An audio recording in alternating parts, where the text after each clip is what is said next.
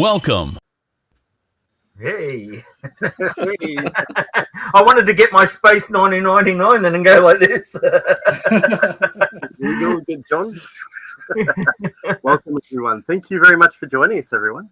How are you all? Yeah, good. Very good. Very well, Your intros are always so good. I always wonder how are we going to follow the intro. Well, that's the budget, Blaine. We can't have the rest of the show now. That's it. We've blown the budget. No, I had to show, with Dave's permission, just showed, because, everyone's sick of Andrew and I banging on about how good, Space 1999 is. Dave just said, can we play that, Dave? I love that. And, it's a classic. I think Space 1999 is one of those old TV shows that it's just fantastic to watch. I'm watching it again at the moment. I'm watching the first series, which is reliably miserable and downbeat, but I love it every time I see it. Absolutely. Well, thank you very much, Dave. We really appreciate you and really grateful for your time coming on and hanging out with us for tonight. Great. No, thanks for inviting me. Lovely. How are you, Luke? We'll start with you. How are you today, my friend? Yeah, good. The sun is shining. We've had some really nice weather in the UK at the moment. I've been off work this week. I'll go back tomorrow, but been off work this week. We've had a couple of days away, myself and Rachel. It's been a really nice week. So yeah, good mood today. Possibly not so much tomorrow morning. How are you, Dave? VTR Dave. Yes, VTR Dave. I'm good, thank you. I'm a little rough this morning because I was out last night, which is why I'm here now. But yes, I did arrive just in time, right, for the stream. Is that why you checked in the chat? Yeah, I don't think I was officially late, but I'm very good, very good. And as Luke said, the weather here has been, especially in the south of the country, has just been, everyday sunshine. It's almost like living in Australia without all the animals trying to kill you. And how are you, Dave? Toy Polloi, Dave? Yeah, good. I think I reiterate what they say. It's, for me, it's too hot. The room I film in, some days has been, I think it got up to over 30 degrees in here one day, and that's too hot to do any work. And if you're trying to paint anything, because I was actually in the middle of painting some figures, it's like, that's not going to work, because as soon as you put the paint on, it's done. So it's been lovely, but a little bit too hot. Yeah, I agree. I struggle with warm weather. Luckily we don't get too much. I say luckily we don't get too much of it in the UK. But I was tinkering in the room a few days ago, and it was 28. I've got a little clock that gives you the temperature, and it was 28, and that was just too much for me. It's nice to have some good weather, but I can't remember the last time in the UK when I leave the house, everywhere that's got grass on it, the grass is brown. Everywhere you go, it never happens. Yeah, it's certainly unusual. It's certainly unusual, but I'll be glad when winter comes. But I'm just I'm more of a hobbit sort of type person who hides inside. I'm the same. I prefer cold weather. You know where you are with it. Yeah, exactly. We're all going to. You know what's going to happen. We're all going to complain when the rain comes. No. For me, I'd rather be cold, because you can make yourself warm if you're warm. It's certainly in the UK, because we don't have air conditioning. If you're too warm, it's very hard to get cool again. So it's exactly what I say. Yeah, you know where you are. You can put a big coat on, a hat on, and you're fine. And when you're too hot, you can't cool down. What's this? 3 British men moaning about the weather? Yeah. I was going to say you get 30 degrees, but we get that in spring. I think we get up to, if it's really hot, 47. Yeah, it's just crazy. Yeah, that was at Penrith. 40 was the hottest place on the planet for the day, I think. Well, welcome everyone to the Keep on Collecting Weather channel. Yeah. You guys have met each other before, right? Luke, Dave, and Dave. You've met each other at toy fairs, and so you all. I've not actually met Toy Polloi Dave in person. No, hopefully one day I will. But... Yeah, I've chatted with Luke many times. Dave, I've met one time at Shepton, I think, or maybe twice. I can't remember. Yeah, a couple of times at Shepton. Yeah.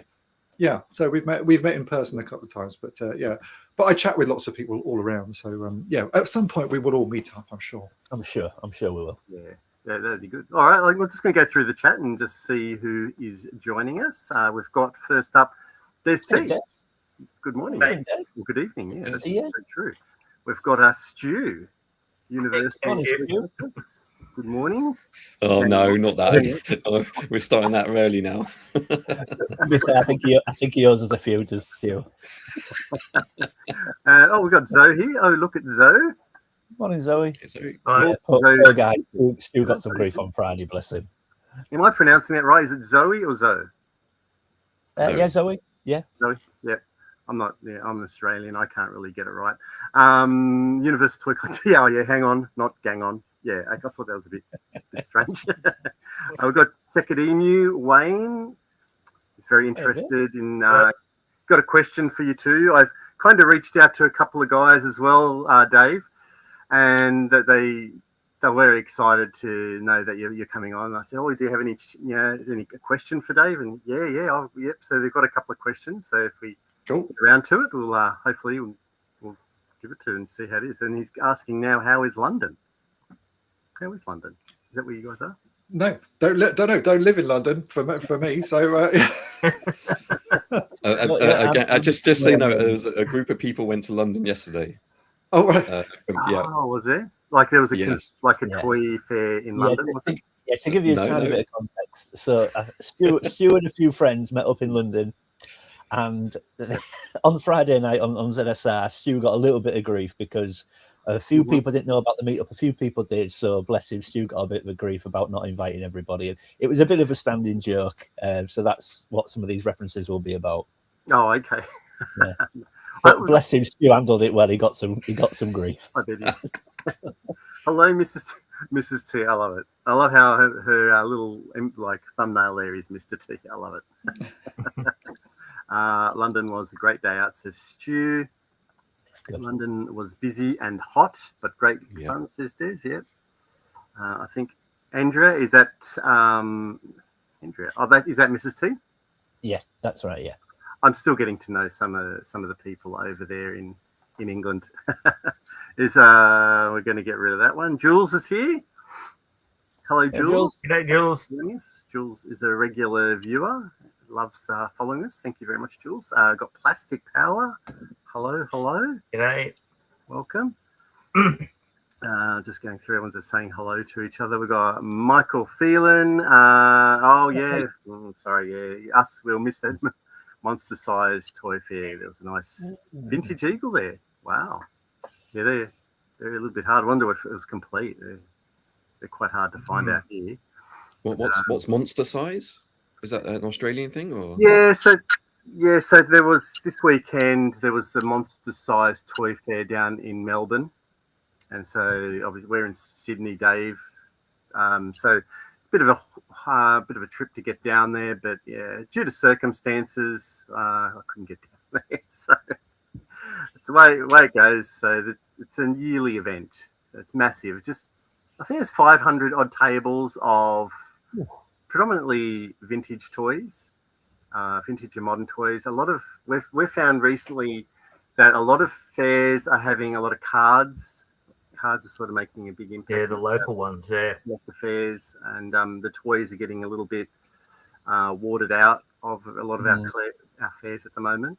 So I don't know if that's what you guys Pokemon cards are still quite big over here. I see more and more Pokemon cards at toy fairs at the moment. They seem big. I thought they'd sort of gone, but they seem to be making a resurgence.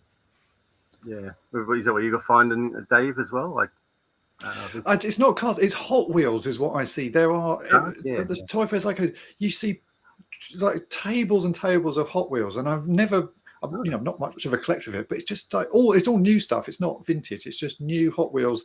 I don't really understand who is buying them, and in that volume, it's the same as Funko Pops. It's the Hot Wheels table. You think, God, who buys all this stuff? But that's what I see mostly these days. Like, you think they're scalpers and they're buying? No. I think it's just there obviously is a market for people collecting Hot Wheels, but certainly at the last few fairs I've been to, the amount of Hot Wheels there, it just seems I don't know. It just seems a lot, and I can't believe there's that many people. Certainly at the vintage, because you predominantly go there for vintage toys. Who is buying these modern Hot Wheels? Obviously someone is. Has anyone? Here's a question: has anyone ever seen anybody buy a train at a toy fair? No. At the Shepton one, yes, because that's. That Shepton No. Fair the Shepton Fair is predominantly. It always used to be die cast and trains and stuff like that. It's only in recent years it's got much more sort of the sort of toys we like. So yeah, you always see people walking out with trains there. Right. It's strange. And they're so expensive as well. I have my brother-in-law collects trains, and it's just like they're so expensive. We used to have a separate like toy show that was on like once a fortnight at Granville. Remember that, Matt? Yeah. And all they did was trains and die cast, didn't they? Yes. Yeah. There was definitely a different group of sort of blokes, so sort of older blokes, of course. That went to it. I don't know if it still runs that actually. I mean, I don't get to Doncaster Toy Fair, which isn't far from me. It's at the racecourse, and I mean, I don't know if either of the Daves have been, but it's quite a big area. But it's almost in two. It's like an L shape. When you walk in, it's like the building's like an L shape. And in the first part, when you walk in, it is laden with train sets, Matchbox cars, die-cast Hot Wheels, and there's loads of it. And I often walk in and think, I like what Dave just said. I never see anyone walk out with. I mean, people must be, but when I see people walking out with things under their arms or what, I never see people with bags of Hot Wheels or die-cast, toy trains, anything like that.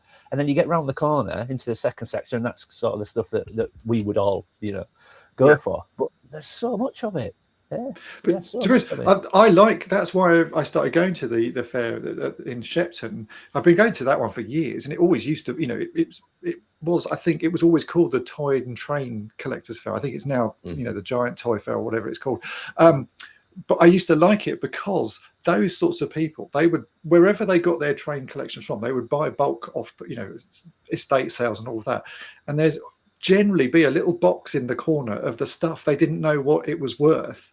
So they'd price up all the trains and all the die cuts, and at the back would be a box of things, and I bought some stuff there that for such bargain prices. I bought a yak face, Star Wars yak face for £1.50 off a train seller stall because he'd obviously bought a job lot of things and didn't know what it was. And it's just like, so you should never not look at those stalls, although the trains and that, and the die cast things probably aren't of interest. Always have a look around because there might be that little box where they don't know what it is, and you can get some amazing things. I had a very, very similar situation, Dave, at Kempton. I don't know if you're familiar with Kempton. I do. Yeah, I used to go there because I used to live fairly near. Ah, right. Yes. Yeah. So a fairly small fair, predominantly, die cast and trains. Although that's changed now, there's a lot more sort of 80s, 90s sort of plastic. But I used to go because it's fairly close by and just have a look around. And there was one stall, train seller, and you had a little box, like you say, just on the corner. And I looked in there, and there was a whole bundle of Micronauts Time Travelers. Yeah, yeah. And he was selling them for like 20 pence each or whatever. And I said, I'll just take the lot. But that's the thing. It's amazing. Another one actually at the Shepton Fair recently. Kempton used to be great. I went there many years ago. I used to live around there, and there used to be. This was I'm going to say probably about 30 years ago. There's a guy who had a stall there, which was just a table covered in action figures. I don't know where he got them from, but every figure was £1. And it was just, I would just go in there, just like rummage. You'd find some amazing stuff. But at the Shepton Fair, another one of these train stall holders had a box, and it was all sort of brightly coloured toys. It was predominantly like Power Rangers, so everything was red and white and black and white and all of this, all of those sorts of colour things. And in it, VTR Dave will know exactly what I mean. I found a Gacha Spartan, so that is from Battle of the Planets. It's the sort of triangular shaped ship that's made up of 5 pieces that all clip together. And I found the entire thing in this box, and the guy thought it was Power Rangers, and I pieced it all together and said to him, "How much do you want for this?" And he was like, "Oh, £1.50. It's Power Rangers. I don't want it." It's like, absolutely, because that thing now, I think if you could get it for under about £250, it's all of those die-cast Battle of Planets vehicles are super expensive these days. Yeah.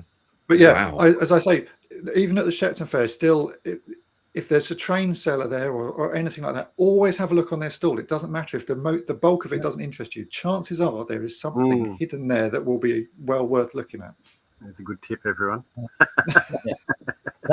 That kind of thing never happens to me, by the way.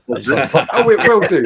It will do. It will do. Luke, I found something this week that I picked it up and I thought, oh, you'd be quite just. There's only 2 charity shops in the town that I live now, and I went in one of them and I found a Bruce Sato with Matt Tracker's mask on it for £1. Oh, wow, that's brilliant.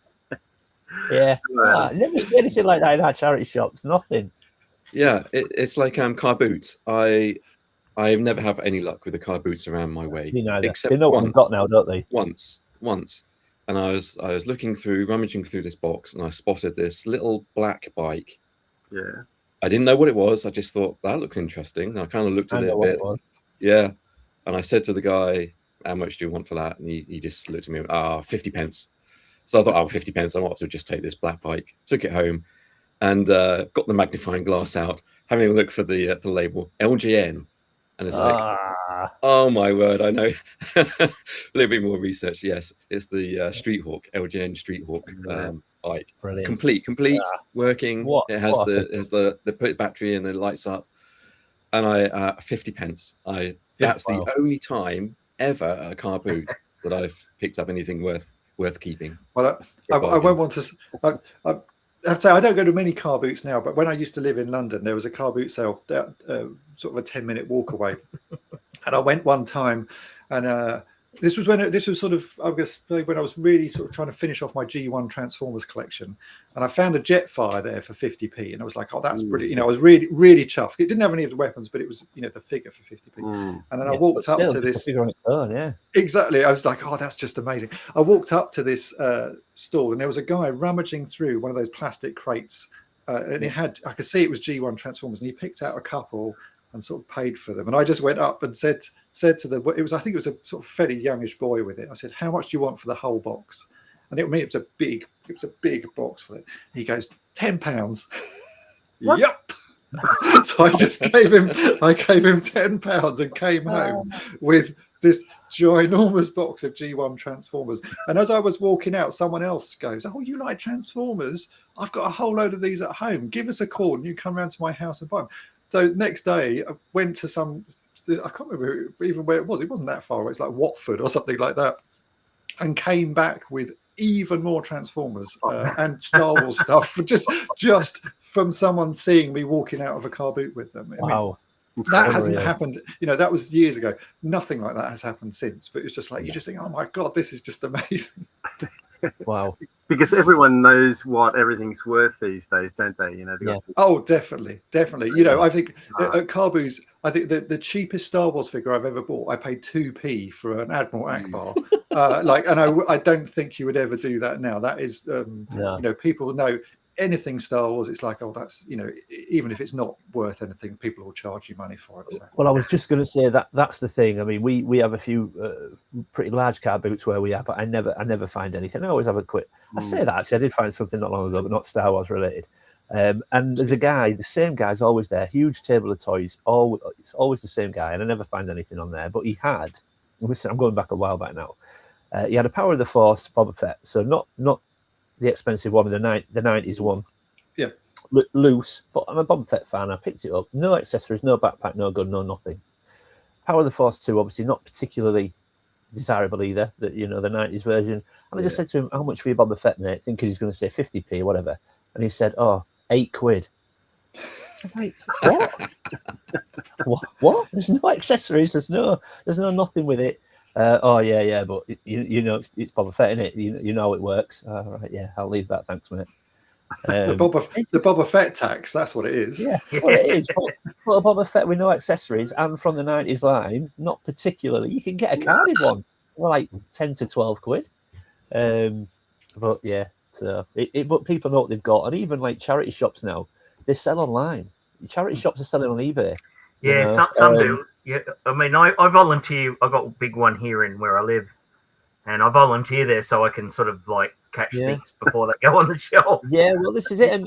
And whether I've sparked a little bit of controversy in groups in the past by saying that I don't really feel that charity shops should be getting top end prices online, because these things are donated from people. They've got them for free. So I just think, in a sense, I understand they need to make money to keep going, but there was a local charity establishment locally. I saw it was maybe last year when I was still chasing a ghost finder from Supernaturals. Yep. And I looked and I found one on eBay. It was sitting at about, I don't know, £15 or whatever it was, and it was a charity organisation selling it, and it went for something like, and that's cheap now, but it went for something like 90 quid. Right. And there's something inside me that, again, rightly or wrongly, that says people have donated this for nothing in hope that somebody else gets a good deal. So if you walk into the shop, you might get it 15 quid, 20 quid. I'm not sure it sits right with me that they're doing obviously the research now and sticking things on eBay and getting these massive prices. I don't know if that was the intention of whoever donated it. Does that make sense? I think you have to look at it the other way, that there are so many scalpers out there now, and you see, if you look on TikTok and places like that, people actively walking around charity shops, going in with, and like certainly DVDs and stuff like that, scanning them and then walking straight away down to CEX to double their money. So I think charity shops have to be well on the ball with this stuff. Their job, charity shops' job, is to make money for their charity. So from my point of view, I personally think they're doing the right thing, because if they don't do it, someone else is going to come in and make money just for themselves. So personally, it doesn't bother me. Right. Okay. No, I mean, it's good. It's good to get other points of view. You know, I've other people have said that to me, but there is just something inherently inside me that just goes, you know, was that the intention of the person that donated it? It's a good way of looking at it. It's a good way of looking at it. You know, I donate a lot of stuff to charity shops, and as it leaves my hands, it's no longer my property, and they can do what they want with it. That's the deal. You're not giving them. You're giving them something so they can make some money. The people doing the scalping out of charity shops, they kind of annoy me, and I sort of do.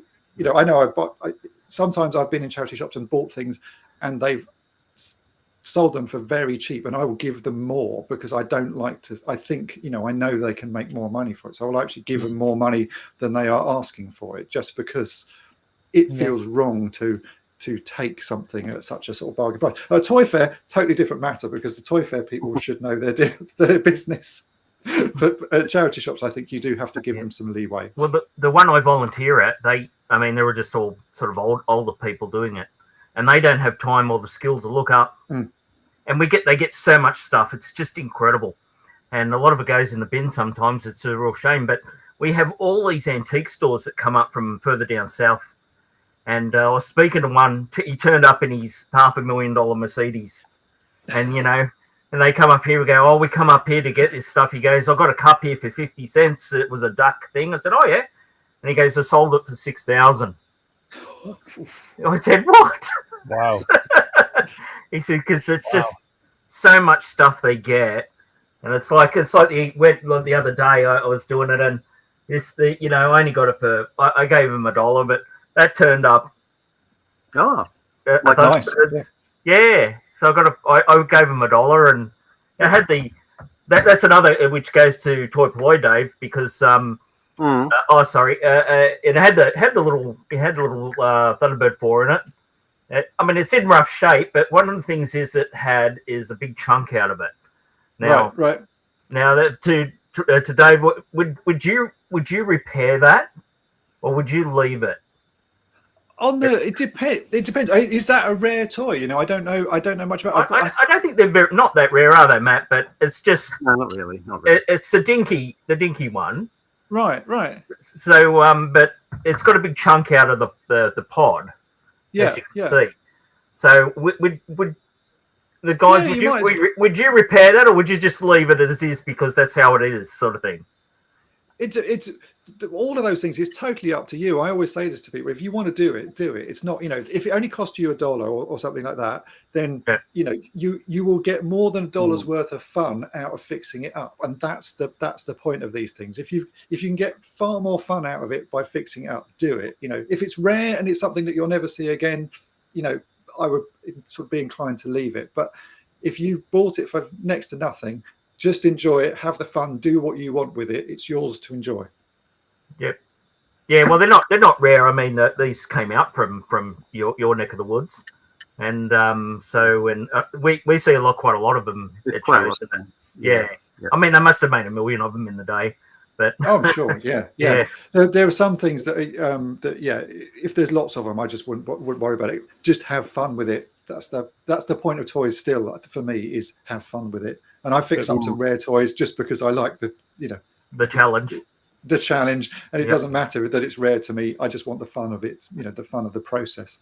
So, Andrew, you must have like a local Aussie body shop, right? That you can take that to, where they can just put some filler on it and then do a quick. Yeah, well, that's what I was going to say. It's what were they? They were a cast. I don't think they were a cast steel. So I don't know what you'd have to use some sort of resin in there to. I would say, if it would be a die cast body. So milliput might not stick well. It might do actually, because milliput does have some fairly good sort of grabbing sort of capabilities. You could just mix up a little bit of car filler. That's probably that's the stuff that's designed to stick to metal. Scratch up the surface a bit more, just so there's some some grooves and plenty of place for everything to adhere to. Bit of car filler, and then that will also sand down nicely and give you a finish that should be fairly close to the metal, the original die-cast metal, and then you can repaint it. Cool. You need to depends how far you want to go, really, because you could bring that back to brand new, really, couldn't you? Yeah, that's right. It's actually I never had one as a kid. They were quite common. I remember them at school, but I never had. Yeah, they're pretty nice. I've got a Japanese version of it, which is in sort of bright, really nice, sort of shiny green. It's very similar. I think those are much more muted in the color. It looks like it's much more sort of in keeping with what you see in the show. The Japanese one has really garish stickers and is like a real sort of like shiny. It's like so shiny and sort of. Just got flecks. No idea there was a Japanese version. Is there Japanese versions of all of those? Yeah, there's a lot of Japanese companies made toys of it. In fact, I've just bought. There's a company called Edai Grip, which they've made some Gatchaman Battle of the Planets toys, and I've bought a little version of the God Phoenix. It's like a sort of, I suppose, a Hot Wheels size version of the ship. And I was sort of researching that, and they've got versions of all of the Thunderbirds in this scale as well. And they're lovely. They're not surprisingly not that expensive, so I'm probably going to try and buy a few more of them. But yeah, it's a company called Edai Grip. Never heard of them before, but now I have. I'm down that rabbit hole. So I never from your channel, Dave. I've been watching for a few years, obviously, but Lilliput, not Milliput. I'd never heard of stuff, and I'm like, I don't even know how to use. So I'm just going to watch Dave and learn how this stuff works. It's really useful. It's a really useful thing once you start sort of using it and realize how good it is for sculpting and also casting as well. You can actually cast some things pretty easy. I've just filmed a video this last week where I needed a Bespin Luke Skywalker, and I've got loads of bodies, but I don't have any heads for Bespin Luke. For some reason, I don't have any Bespin Luke heads. So I used some blue stuff and some milliput to cast a couple of heads to fit on these figures, and you get some really nice results with it. It's been around for years. I think it's sort of like Airfix kits and stuff like that. It's been around since those came about. So I don't actually know. I would guess sort of 50 odd years they've been making this stuff or something similar. Same as what you just mentioned there, the blue stuff. I'd never heard of it. I just thought you're going, the blue stuff, as in it's just blue and it's just stuff that I use. Yeah. And I'm no, this is actual thing. It's actual stuff, yeah. I think you learn when you start. Just I think with any hobby, there's a lot to learn about things, and for the stuff I do, it's more about model making than it is about toys. And so you just look at other model makers and see what other model makers are using. And blue stuff, I think, again, has been around for a very long time. It's a really interesting material. It's I think they call it a thermoplastic. So you heat it up in boiled water, and it goes all soft and that, and you can then sort of push it around whatever you want to cast, let it cool off, and it's relatively solid. And then you can cast stuff, and then once you're done with it, stick it back in boiled water, it goes soft again, you can use it again. It's just a sort of an endless use. I suppose it's like, but I never wanted to get into making silicon molds. Silicon molds seems like an awful lot of work because you've got to get the silicon, you've got to have well ventilated stuff, and you've got to have release agents and all of these sorts of things. It's really complicated. Blue stuff is like idiot level casting, and that's what I like. It doesn't require any skills or knowledge or safety equipment, and you can just do it.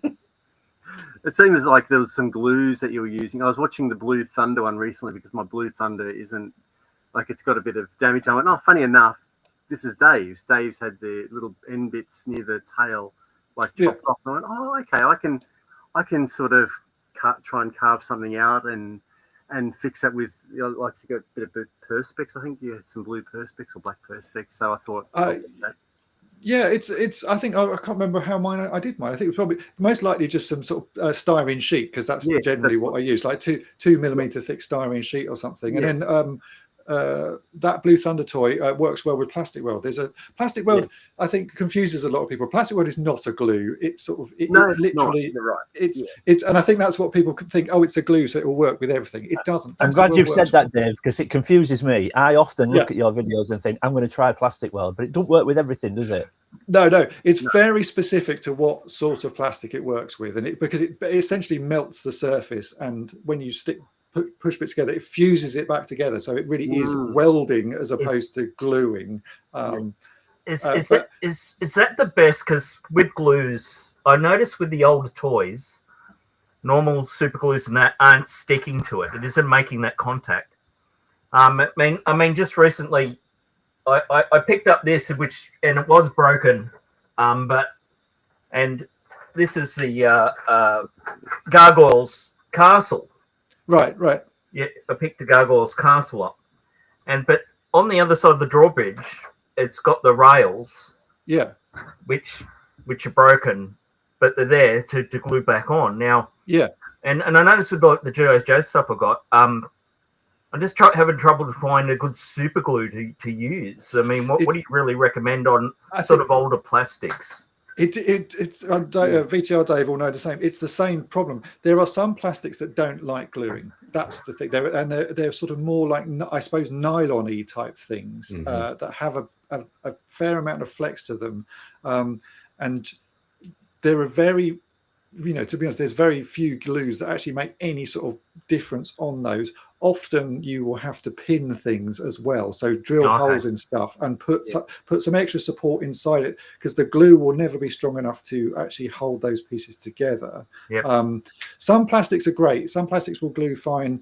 Anything that's a bit bendy and a bit flexible really won't glue very well at all, because it has the flex in it. You'll bend it, and that will debond whatever glue you put on it, and it's gone again. So you really have to. There's no one glue that fixes everything. I think that's what you have to learn. I mean, with that one, I mean, like these pieces that came with it, they're like glass. They're just incredibly fragile, and no wonder they're scarce. These gargoyle castles, they almost just are cracked up, and so it looks like it looks broken.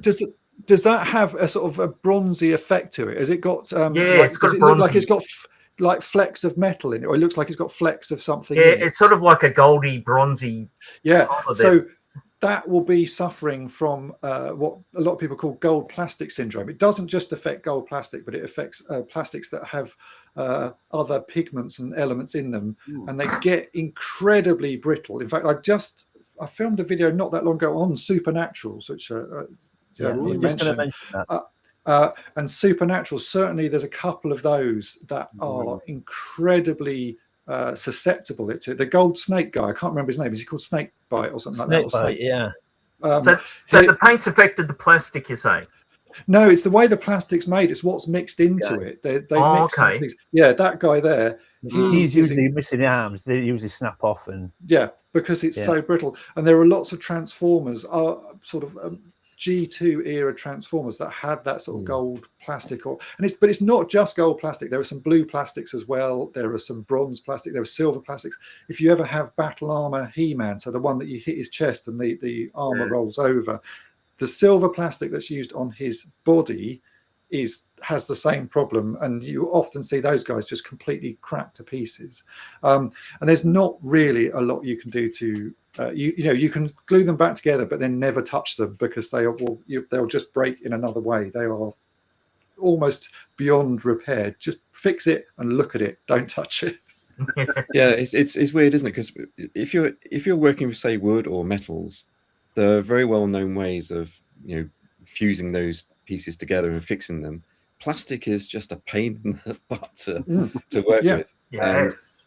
And because it's basically chemical construction, right? That's what it is. And I sort of, you just have to, at some point you just have to go, it's not repairable. You just leave it as it is, or you replace it. And so one of the things that I've been looking at is 3D printing and looking at how to replace items. Most of what I'm not sure if I'm a fan or not. I'm a fan of using it when you're fixing internal pieces, right? So if there's like some mechanical piece, some mechanical joint or a cog or something like that inside the toy, then I think 3D printing is amazing for that. And I've done that for a few things.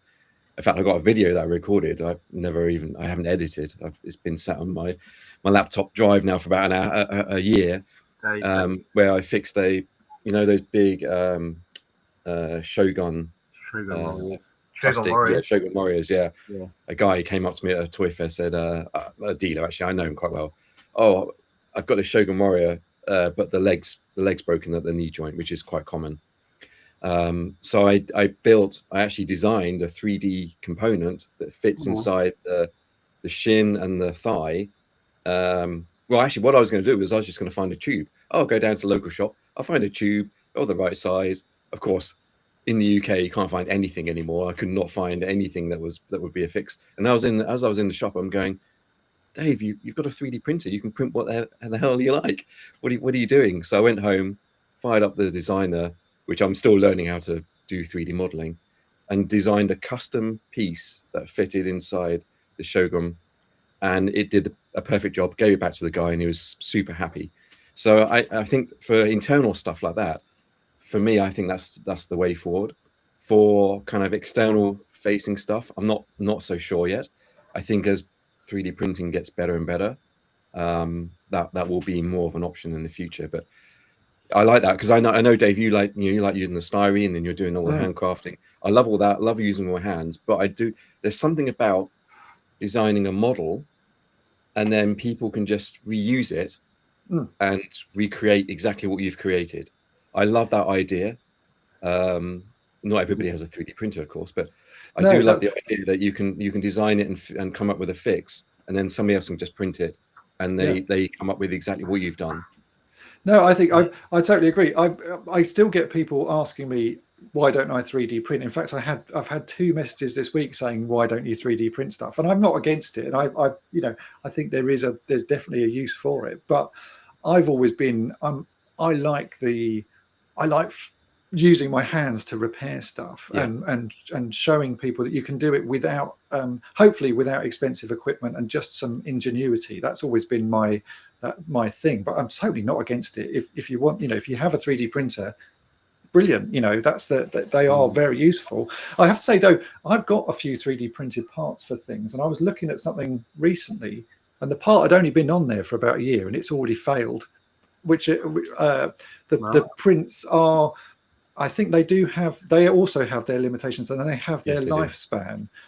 So I don't think they're good. Certainly in resin printers are getting better and better and stuff like that. But I did the AT-AT last year, I think it was. I did an AT-AT restoration. So I just had the scrappy remains of an AT-AT, and I customized it, put sounds in it, and did all sorts of things. And I used a couple of 3D printed parts because I didn't have a door for it, and I didn't have the hat canopy, and those are constantly warping.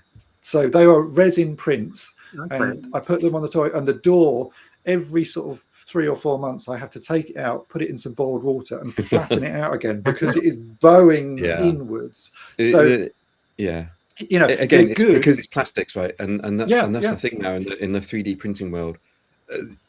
You can take a model and you can print it, but you can either print something that's really crappy in quality or print something that's ideal for that use case. Yeah. And the thing about 3D printing nowadays is that there's so many different kinds of plastics that you can print with. And of course, the cheapest one, PLA, is generally the worst one. Under heat, it will warp. You don't have to heat it up very much. But now you can get plastics that are very much heat resistant. If you're printing something, I don't know, like a cup holder for your car, and you put that in your car, you want that cup holder to be heat resistant, because especially if you're in Oz or now the UK, right, in the summer, inside of cars going to get very, very hot. So there are now plastics that are purposefully designed to resist that heat and are very strong. So I think, it's always the case, right? You get into these things and you have to have some knowledge, right? You can't just print whatever you want with whatever you feel like are the cheapest way, because, like I say, Dave, after a few months, it's gonna crap out on you. But I think you see that a lot. I think that's because people are now selling 3D replacement parts on eBay, and they don't know what that's just someone who's bought. I would never buy a 3D printed piece off of eBay. Never. No. There's another hint. So we've got loads of hints and tips today. Go to train sellers and look for boxes, and never buy a 3D printed part off of eBay. Yeah. But also, actually, there's another one that I would recommend. Say was I bought.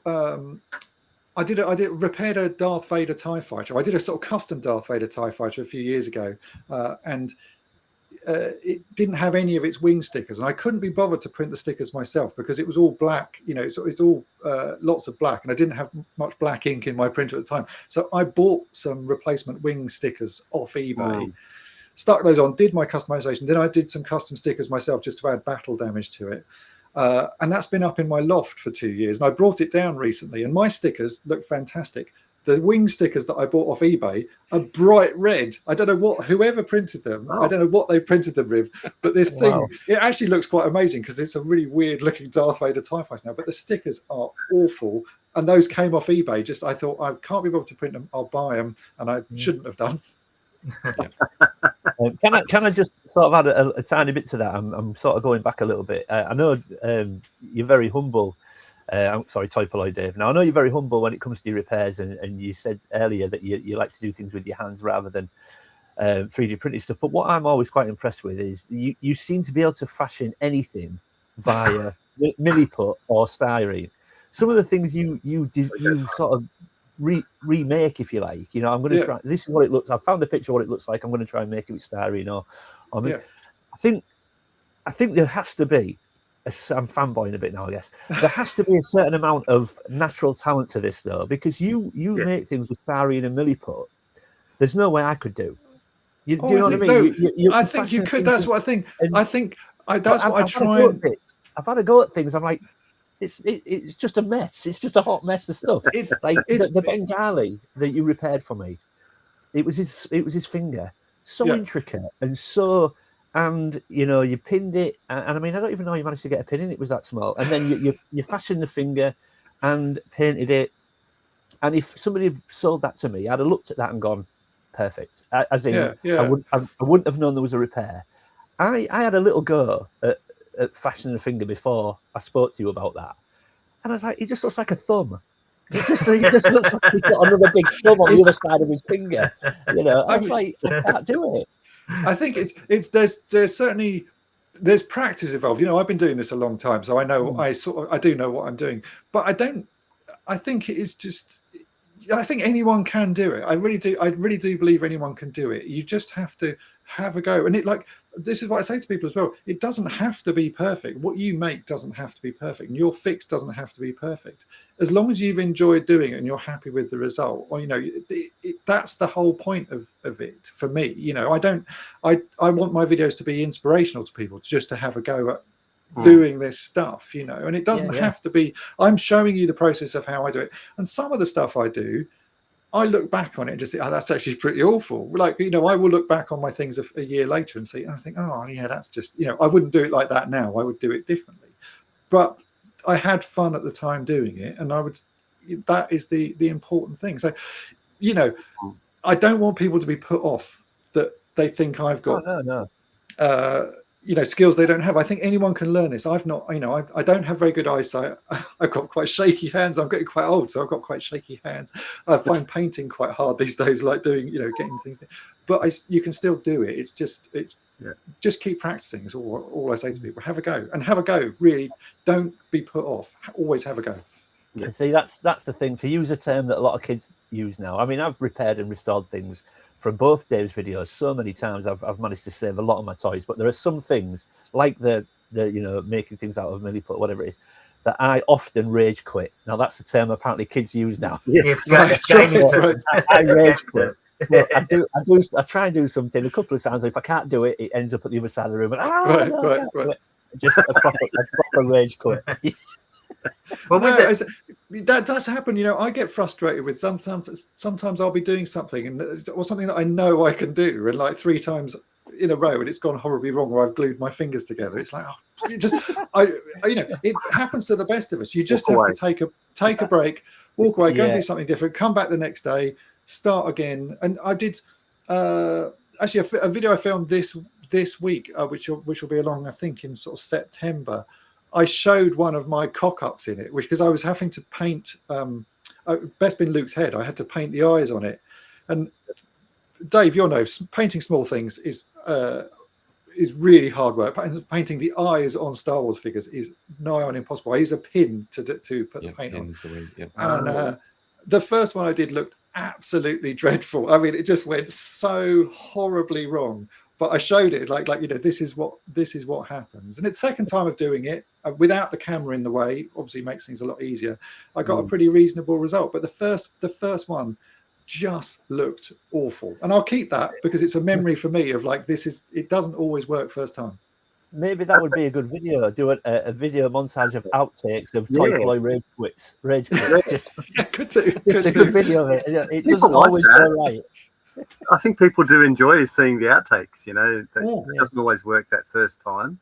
I don't know if it was one of you guys, or maybe it was Adam from Go Figure, saying, for everything that we do, you see on camera that we're fixed, there's a lot of failures before. Oh, definitely. What you see, what the edited result, you know, I try to edit my videos down to about 20 minutes now, because I think that seems to be optimum for people watching. There's probably 2 hours of footage that gets edited out of me doing things wrong, or stuff not happening or not working. And it's nothing is perfect. Nobody's perfect. Nobody's perfect in what they do. Things, you know, cock-ups happen, you know. True. I'll just catch up with the chat. I feel bad because I think they're commenting as we're talking about things, and I've just completely so we're going to go back to diecast stuff. So I think Andrew, you mentioned the Granville. I know that was like half an hour ago. Sorry, but Andrew, I think there's a guy, Pop Culture in Chaos. He's from Sydney. Yep, and he's just confirming the Granville swap meet. Yeah. I don't think it's there anymore, is it? Yeah, no longer at the old Granville site. It was. My other half, Leanne, is drinking with a friend in Sydney, so she's just adding the odd comment about margaritas. The Humble UK. The Humble Collector UK is a big market for modern Hot Wheels, kids, and some cool retro cars plus movie cars. Yeah, they do a lot of that stuff these days, don't they? A lot of the movie the movie stuff. I think will probably be quite desirable. I guess. Yeah. Mr. B, he used to have this golden futuristic train, absolutely loved. It's a Tyco set. Yeah, they were pretty popular. Good morning. Jonathan Redmond says good morning. Hello, Jono. Thanks for joining us. And he says, funnily enough, that BOP Spartan has just been reissued. Sadly, not for £1.50. Right. Darth Muzzer is here, all the way from Newcastle. Newcastle, as in like north of me. So, g'day, Darth Muzzer. Thanks for joining us. Just catching up. Jono says, sadly, most charity shops in Dublin. Yeah, going back to that. Yeah. Oh, okay. I understand the concept, but yeah, sometimes. But there's a charity shop near me as well that throw things out. You go around the back of it, they've got huge bins and they just chuck a lot of stuff out. They chuck a lot out. Yeah. But Andrew is saying, as well, and Adam. So Adam is someone I know, Dave from Toy Polloi, that. He was one of the guys I asked because he was quite interested in hearing. And one of his questions, actually, in what we were just talking about, he's saying, like, is it by chance that you discovered the use of Lego, or, you know, it was a planned idea that worked out? Like, that'll come out.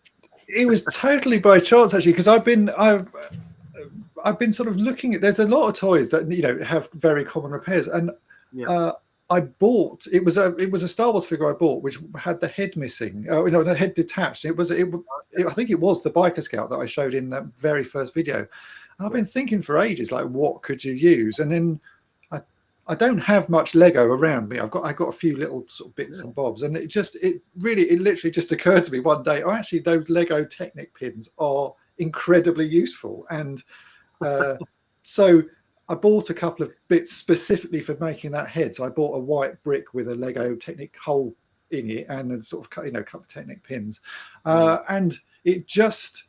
Once I'd done that one fix, it was like, oh yeah, this is really good. And so next time I had, another issue, first thing I did, there's a website called Bricklink, which lists every single Lego piece ever made.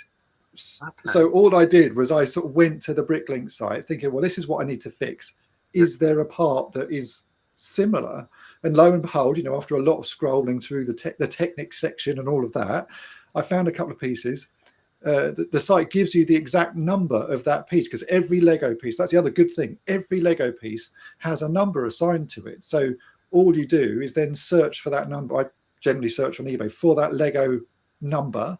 It will come up and you can then just buy those specific pieces. And so once I'd found it good for a couple of things, I then just started, like, every time I do a fix, generally the first thing I do is have a look on Bricklink and go, is there a Lego piece that will work? And the outcome is, it means that it's also very easy if someone says they've got a broken ship, how do I fix it? Or, broken toy. It's like, well, you'll need this very specific Lego piece. You don't have to hunt down a bit of plastic that's not very common. Lego's incredibly common, so everyone has access to it. So it was just totally by chance that I started it. And now that I've started it, it's a really good tool, because you can tell people to get that piece to fix that toy. Yeah, no, so well, there you go, Adam. Guys, going back to 3D printing, I picked up this. This is a 1/18 scale saber that you can put the action figure in. Yeah, but it's missing. It's missing, as you can see. It's got the one of the flaps here missing, and the back wings there. Now how would you go about, and the front of the canopy there? How would you go about trying to get something like parts like that 3D printed? Like, how would you have to measure things up on that one and then give them the sizes, or you're able to look that sort of thing up online? Well, this is the tricky bit, right? Printing something, there's a skill to that, and it takes experience to understand how to print something in a way that it's not going to fail. But designing something in the 3D world, at least I have found, is incredibly difficult. Okay. It's and it takes a while to understand how to use the software, whichever one it might be that you use. But secondly, you need to be precise, right, about what it is that you're modeling. So so for example, that Shogun Warrior, I was taking measurements. I was doing all sorts to try and work out what the dimensions would be. And even then, when I did some test prints, it was like, oh, this is slightly out. The nice thing is you can just go, oh, expand that a little bit and then print it again and you're done. But one of the things I would love to get is a scanner. I think that's where you need to go with some of this stuff. But scanners are really expensive compared to printers. They're coming down in price, but they're not cheap enough yet. So you could take, for example, the other wing, the other flap, right, on the wing, scan that, do a bit of reversing, whatever you might need to do, and then you could print that out. So yeah, it's a tricky one, that. Or you go and do a search on one of the many printing sites that are out there and see if anyone's already done that or done that part. But you have to be careful, because one 3D model is not like another 3D model. You get some that are very good quality, and then you get some that are terrible quality. So it's a bit of a minefield. But I think once scanners become cheaper, like there's what's the guy's name? Funky McCunky. Funky McCunky, yeah. Now he has a page on Cult 3D. Yes. And some of the stuff that he's producing is incredible, but you can see that he's been able to scan. He's actually scanned existing figures, I think, and then probably touched up the models so you can print those. And he also designs his own stuff. That Aliens, the dropship that he just did with the videos, just that was incredible. The prototype, exactly. There's a skill to that. And me, I like to focus more on the. I think there's two kind of modelers. There's me, who's like the engineering modeler, who likes to build cogs and mechanical things, and then you've got the artistic designer, like Theo Kane of Slimehouse, for example, was a very good example of that. He'll be getting out his pad, his electronic pad and his pen, and he'll be sculpting like clay, basically, but in electronic form. Those guys are artists. They can produce the most amazing things in 3D models. But it's tough. It's tough to do that, and that's where in some ways you could actually mix the two processes, right? You can take Dave's process, which is you actually handcraft, and you can test fit it, and you can experiment with that pretty quickly. I would say you can get yourself to a certain point, and then translate that into a 3D model, and then go from there. Yeah, it's like there's difference. There's a lot of skills involved, isn't it? Like there's the 3D printing. You just need to understand the software and how to design and create your part, and then of course you need. I mean, once you've done it, I guess, as you said, Dave, once you've done it, and then if it's a little bit wrong, needs tweaking, at least you've got the main gist of it. You can just tweak it. There are pros and cons to both approaches, no doubt. On the 3D printing side, one of the pros is that you've got your model. If you need to make a tweak, you're not starting from scratch necessarily, right? You can just make an adjustment, try it, making another adjustment, try it. And I love that part of it. So it's very kind of iterative, and you can get to where you want to be. And I love the fact you can just hand something over to somebody else, and then whatever is in your brain or whatever you've come up with, they can just take it. I love that part of it. But I also love the fact that you can use your hands and you can model stuff. So it's really, it's horses for courses. There's going to be different ways of doing things, different ways of tackling it. Yeah, I think they're all clever because I can't really do it. I know you said we can, but it's just you guys make it look easy because you got a video 20 minutes. I know you say you got maybe 2 hours of footage, but I can sit down for 20 minutes and just enjoy that 20 minutes. You, Nate, I think you know Nate as well, the Retro Tinker. Dave? Yeah, Nate's clever. Yeah, and so he's very similar to what you do as well. And when you're using that glue, not the glue, the plastic weld, and I'm looking it up. I'm like, I can't find this plastic weld anywhere. And anyway, Nate said, no, use this. There's this thinner, like a thin glue that we have. It's not a glue. I'm using the wrong word. It's like there must be something in the plastic weld that's illegal. We can't have it in Australia. There's some. What was it? I think you can say it is available worldwide. The company that the brand I use, EMA, they do ship worldwide. They are. Yeah, but some of these things they won't. Like I've got a mate at work. He does train modeling, and for some reason, some cements and that we just can't. They will not ship to Australia. Oh right. Yeah, on the plane. Something about too toxic to come on the plane or something. But I guess it is flammable, but then they must ship flammable things everywhere worldwide anyway. All sorts of things. So there must be a way of shipping it. But maybe it's something you order through the mail they won't do, or I certainly I buy mine online, so it gets shipped here by post because the model shop that I go to never seems to have it. So I always buy it direct from the supplier, and it just turns up in a jiffy bag. So it can't be that dangerous. No, there's something in it, and he gave me an alternative to use. So it's like he said, it does the same thing. It welds the plastic. So I did that on the Blue Thunder, and it worked. I'm like, I'm not going to test it too much because it's brittle plastic. So I thought, I just went, look, that's holding, and that's looks good. So yeah, sometimes you do a fix, you just think that's fine. I'm going to put it on a shelf. There's a few I have here that are just sort of decorative as opposed to you want to actually sort of manhandle it. Even when you dust it, it's like, I'll just be a little bit careful on that one. I did manage to pick up a display. I think it's a custom display stand, like an acrylic stand for the Blue Thunder as well. So I'm nice. For that. Yeah. I think I don't know if I sent you the link to that, Dave. I think you may have done last time. Yeah. It'll be nice. Was it made by was it made by Ghost Stands? He makes quite a lot of stuff. No, it wasn't. But he did something that I was interested in as well, because I know, Luke, you've been showing a few Ghost Stand stuff as well. Yeah, I've got some more to show actually soon.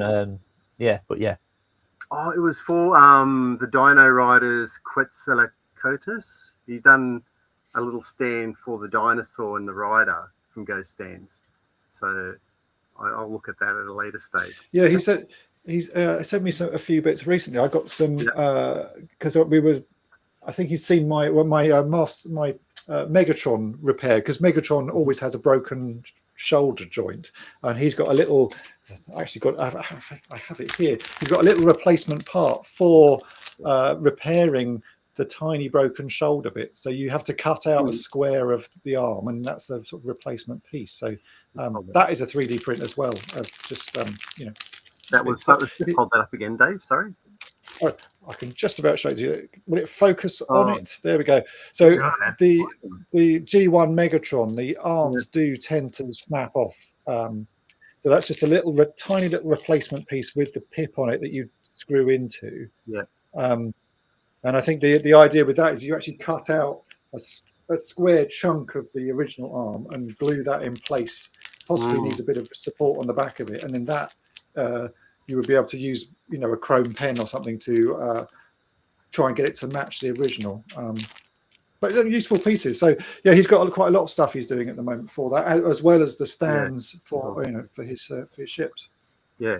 No, yes, someone, it looks like, I think he sent you some stuff, hasn't he, Luke? Mask stuff? Yeah, he has. He sent me a few stands for like Switchblade, Thunderheart, but he's sent me a few more bits as well, which my next video on the channel will be showcasing a few more of his stands and a giveaway at the end of it, because he's also sent me some to give away as a competition. So I'll be showing a few and giving a few away as well. They're good. Yeah, we just worked on a project together, because he's another Gatchman Battle of the Planets collector, and there's one toy, I can't remember what it's called now, the Condor Attacker, the black Condor Attacker. There's supposed to be a missile on top of that, which is this sort of bird-shaped missile, which is always missing. So he's made a 3D printed version of that, which he sent me. So I painted it up and also made some custom stickers, because it's supposed to have a little sticker sort of down the beak front of it. So it's a sort of joint effort. He's done the 3D print and I've painted it and made the stickers and showed people how to make the stickers. So quite a useful. I don't know how many people collect Gatchman Battle of the Planets. I'm sure there must be many people out there who do, but probably. Yeah, I think I would hope so, because it's a well worth collecting the toy line. The toys are lovely. So I think I saw at the American toy show just recently. Joe Fest? Pardon? Joe Fest, was it? No. What's the other one that Pixel Dan was showing? No, I don't know. The Comic-Con one. But anyway, they had Battle of the Planets figures, some new ones. I've seen those. Yeah, they looked awesome. Yeah. No, you mean the new toy? The what's it called? The Comic-Con. SDCC.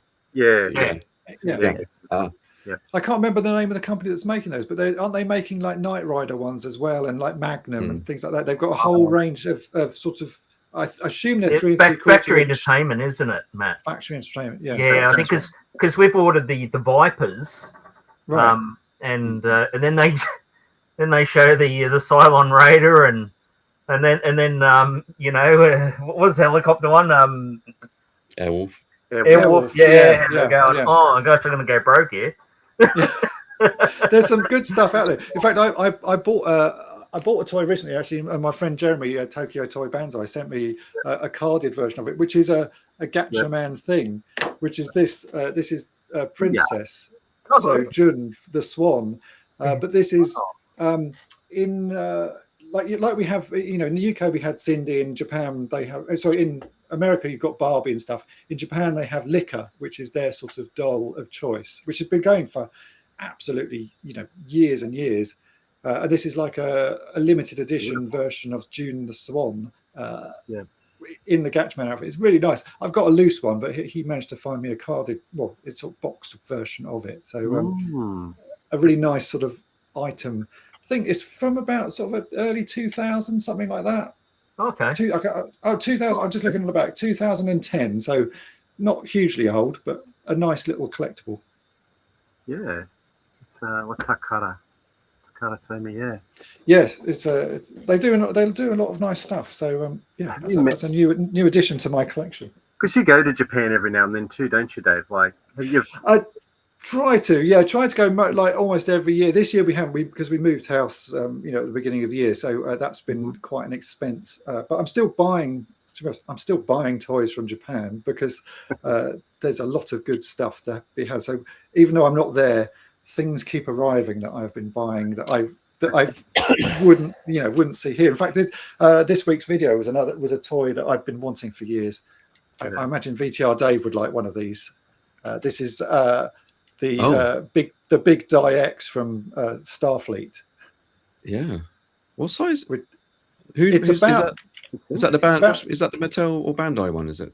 No, this is made by I think it's called Takatara, the company. It's a Japanese toy line, about 9 inches tall, firing missile fists, and it does transform into a weird ship, which it never did in the show. But this is a real nice thing. It also weighs a ton. It's really heavy.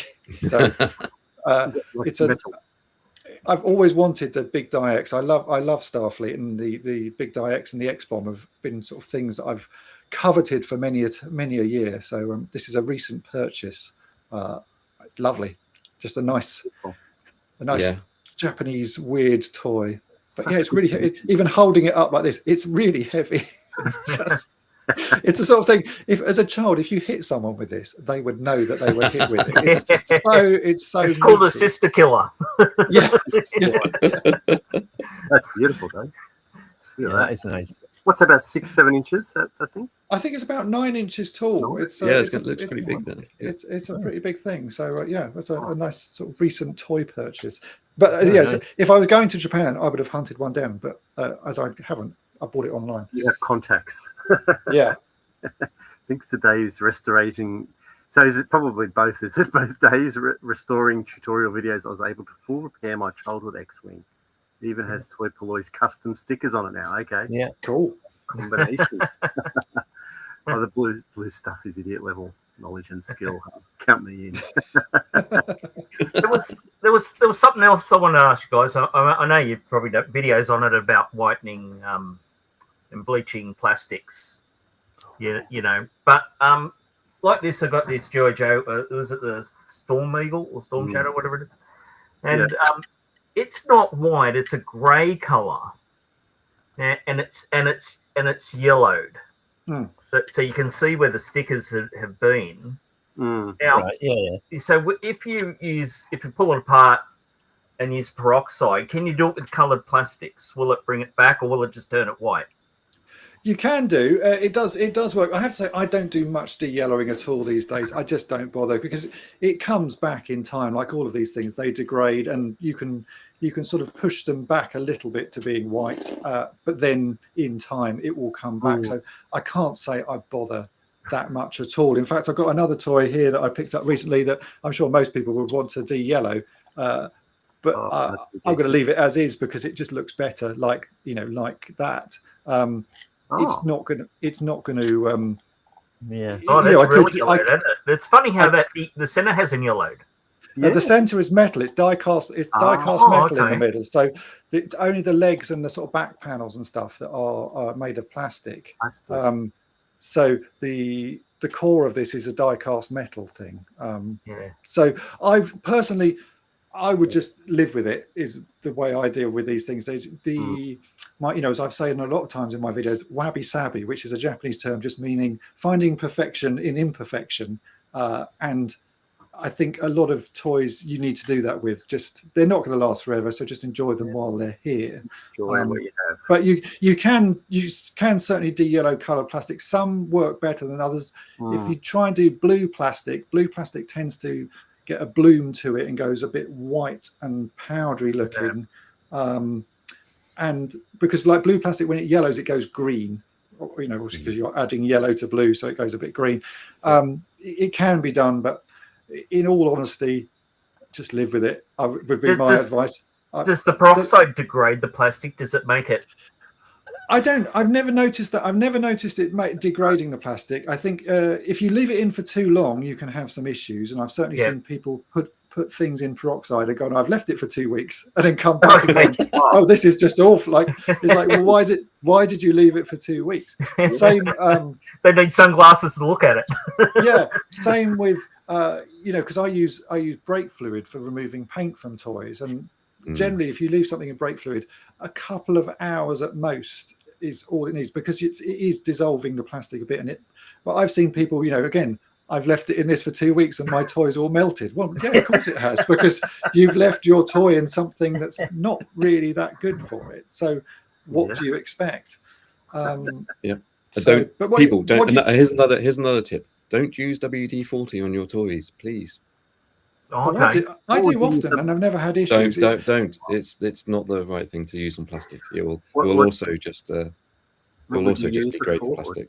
Dave, as long as you wash it out after, it's fine. I've got there's a He-Man vehicle, the is Laser Bolt, the one that sort of pings up with He-Man's supposed to ride it, and it jams shut a lot, and it's a bit of WD-40, and that does loosen it up, but I've never had any issues with it. It's not ever caused me. I wouldn't use it.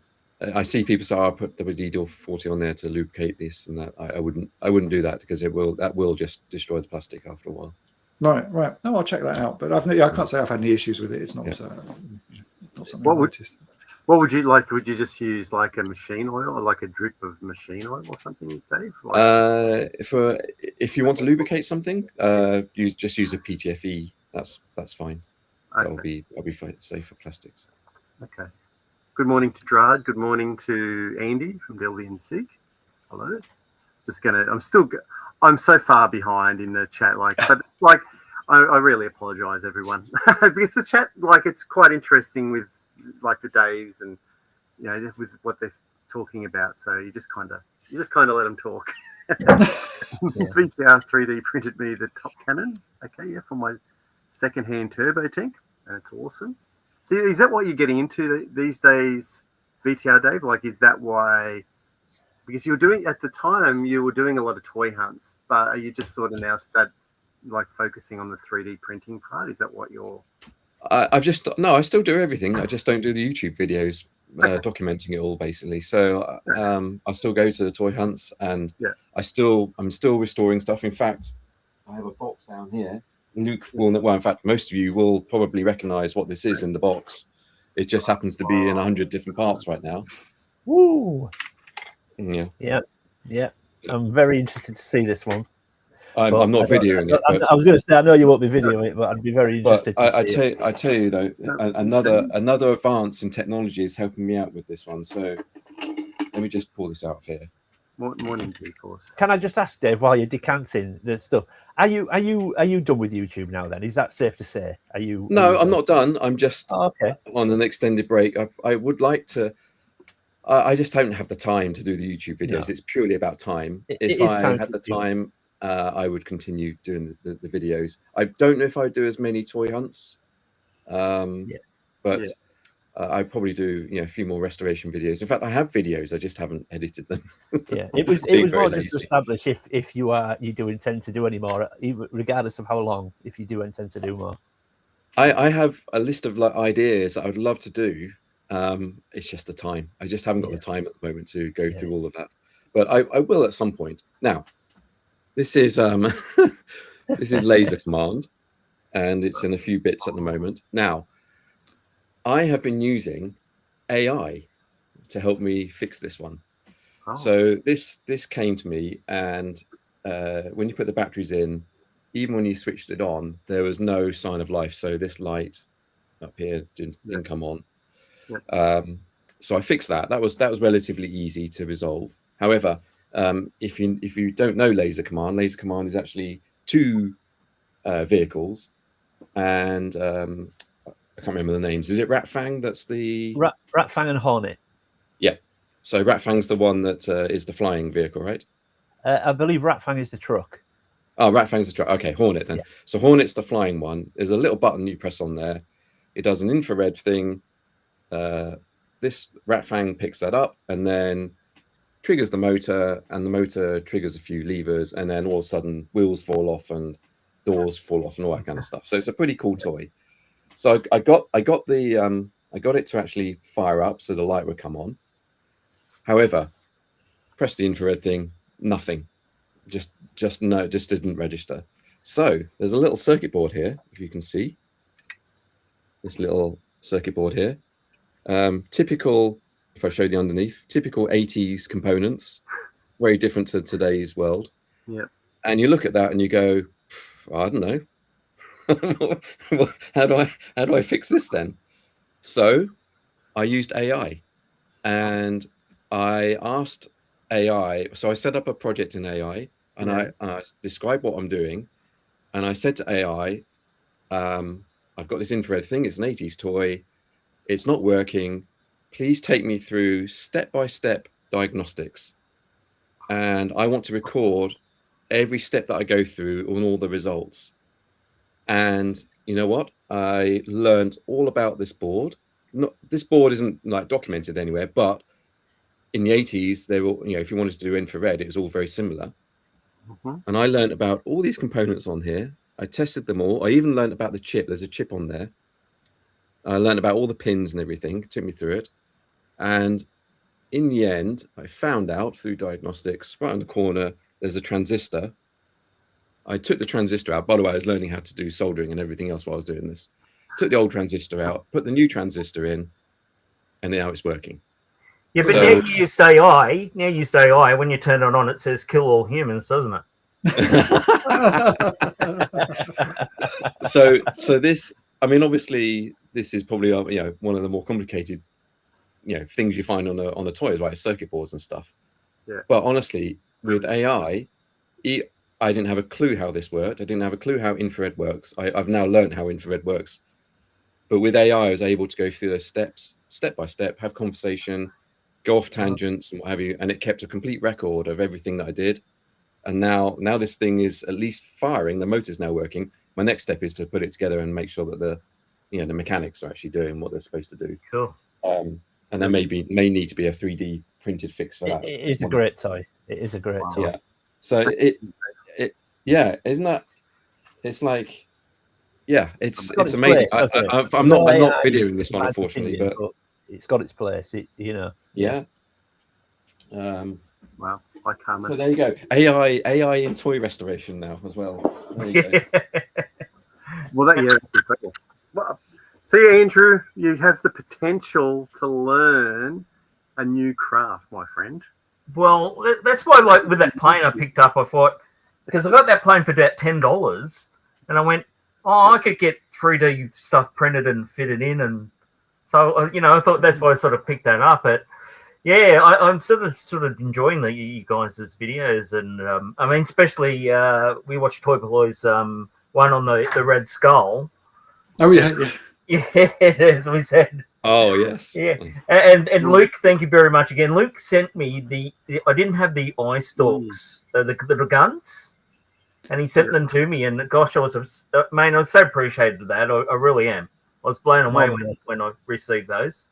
Welcome.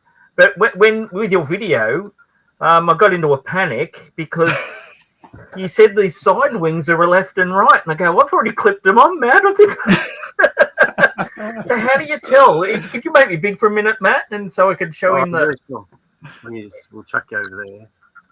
All right, there you go. See, is that the right side with the little things sticking out? There's no left. It's not. There's a left and right. There is a 1 and a 2. So you can actually put them on either way round. So your left can be on the right can be on the left. Under that top, the top little missile thing, the bits that are clipped on the top of those. Yeah, if you unclip those, on the top of the actual wing, there will be written a 1 and a 2 in sort of fairly small writing, and it's hidden under those things. So as long as you have one that is a 1 and the other one is a 2. That will work. If you had 2 wings that were both 1s, they wouldn't fit on. If you had 2 wings that were both 2, they wouldn't fit on. So you need a 1 and a 2, and that will work. And they wouldn't rotate together either, would they? No, because the way they clip on, there's a little notch on the post that's actually on the wing piece, and both need to be pointing in one direction. It doesn't matter which direction. So you could have, as I say, the left one could be on the right side. It doesn't matter, but you just have to have you don't want a matching pair. You want a 1 and a 2, and it will work. Okay. Yeah, I had a sleepless night after watching the video. That's interesting, because I'm glad you said that, Andy, because I'm now going to check mine as well, because I'm only missing the feet with mine. Right. But I'm convinced there's an issue with my side pieces, because do they spin together? Yes and no. There seems to be a bit of resistance when I try to turn them. So should they turn independently, or should they turn together? They should turn together. If I'm just hang on, I'm just grabbing a wing, and I'll see if I can find the number 1 on it, because it's and the 1 to 2, so you can show you. Everyone in the chat, grab your Robo Skulls now. Right? There seems to be resistance when I turn one. So they should both turn together. Hey, I've got an idea. I have an idea, Dave. You're into world records. You're trying to do your Malev Mayhem. Yeah. Perhaps we can have another world record, which is the most number of people who simultaneously turn their wings on Robo. On a Robo Skull. Well, look, I can show you here. Right. Here is a wing. So if you zoom in on my let me go make you screen, big. I can just about. Can you see there? There's a tiny little line. Yep. That it says that is number 1. And that is what you're looking for. So you need one that says number 1. On the other one, I can't actually get the thing off at the moment. So it's under this. It's under this panel. Oh, okay. You have to ping that off. In fact, if I grab a knife, I can probably get that off. Hang on 1 second. Oh, just take my headphones off. I'll grab a knife. Yeah, these are stuck on, aren't they? So, Luke, let's get yours up again. Will it spin? I don't want to force it, but I'm not convinced that they are. So if I force it, then you can send me the broken pieces so I can complete mine. That is turning, and the other one isn't moving. There's a resistance now. When I get it there, it doesn't feel like it wants to turn anymore. Well, it will turn if I force it, but this one doesn't seem to be moving. Can you spin that one independently? Yeah. It's worth checking. I've now got the second panel off. So if I show you here, so this one here, you can just about see there is a number 2 in tiny. Yeah. So there is a number 2 under that one. So you just have to make sure they're different panels, and it should work. So if it's not a silly question, Dave, if you had two number 2s or 2 number 1s, you could still fit them both on. They just wouldn't work properly, or not. Would they not fit? I'm not convinced they would fit on. They're in the opposite way around, aren't they? If that makes sense. They should be reversed of each other.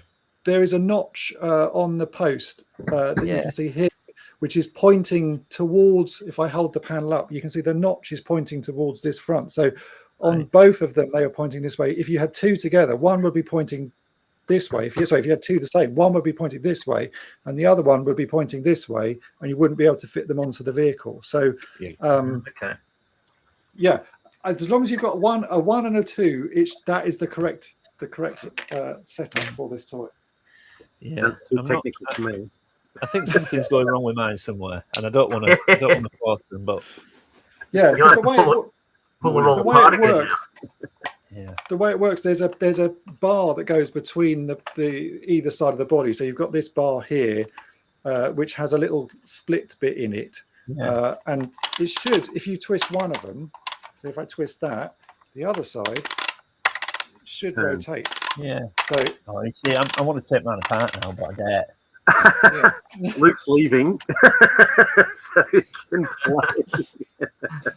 Look what you've opened a can of worms, Andrew. It's like there's a little voice in my head, and I'm just going, just put it back on the shelf, Luke, and leave it. You're not going to mess around with it anyway.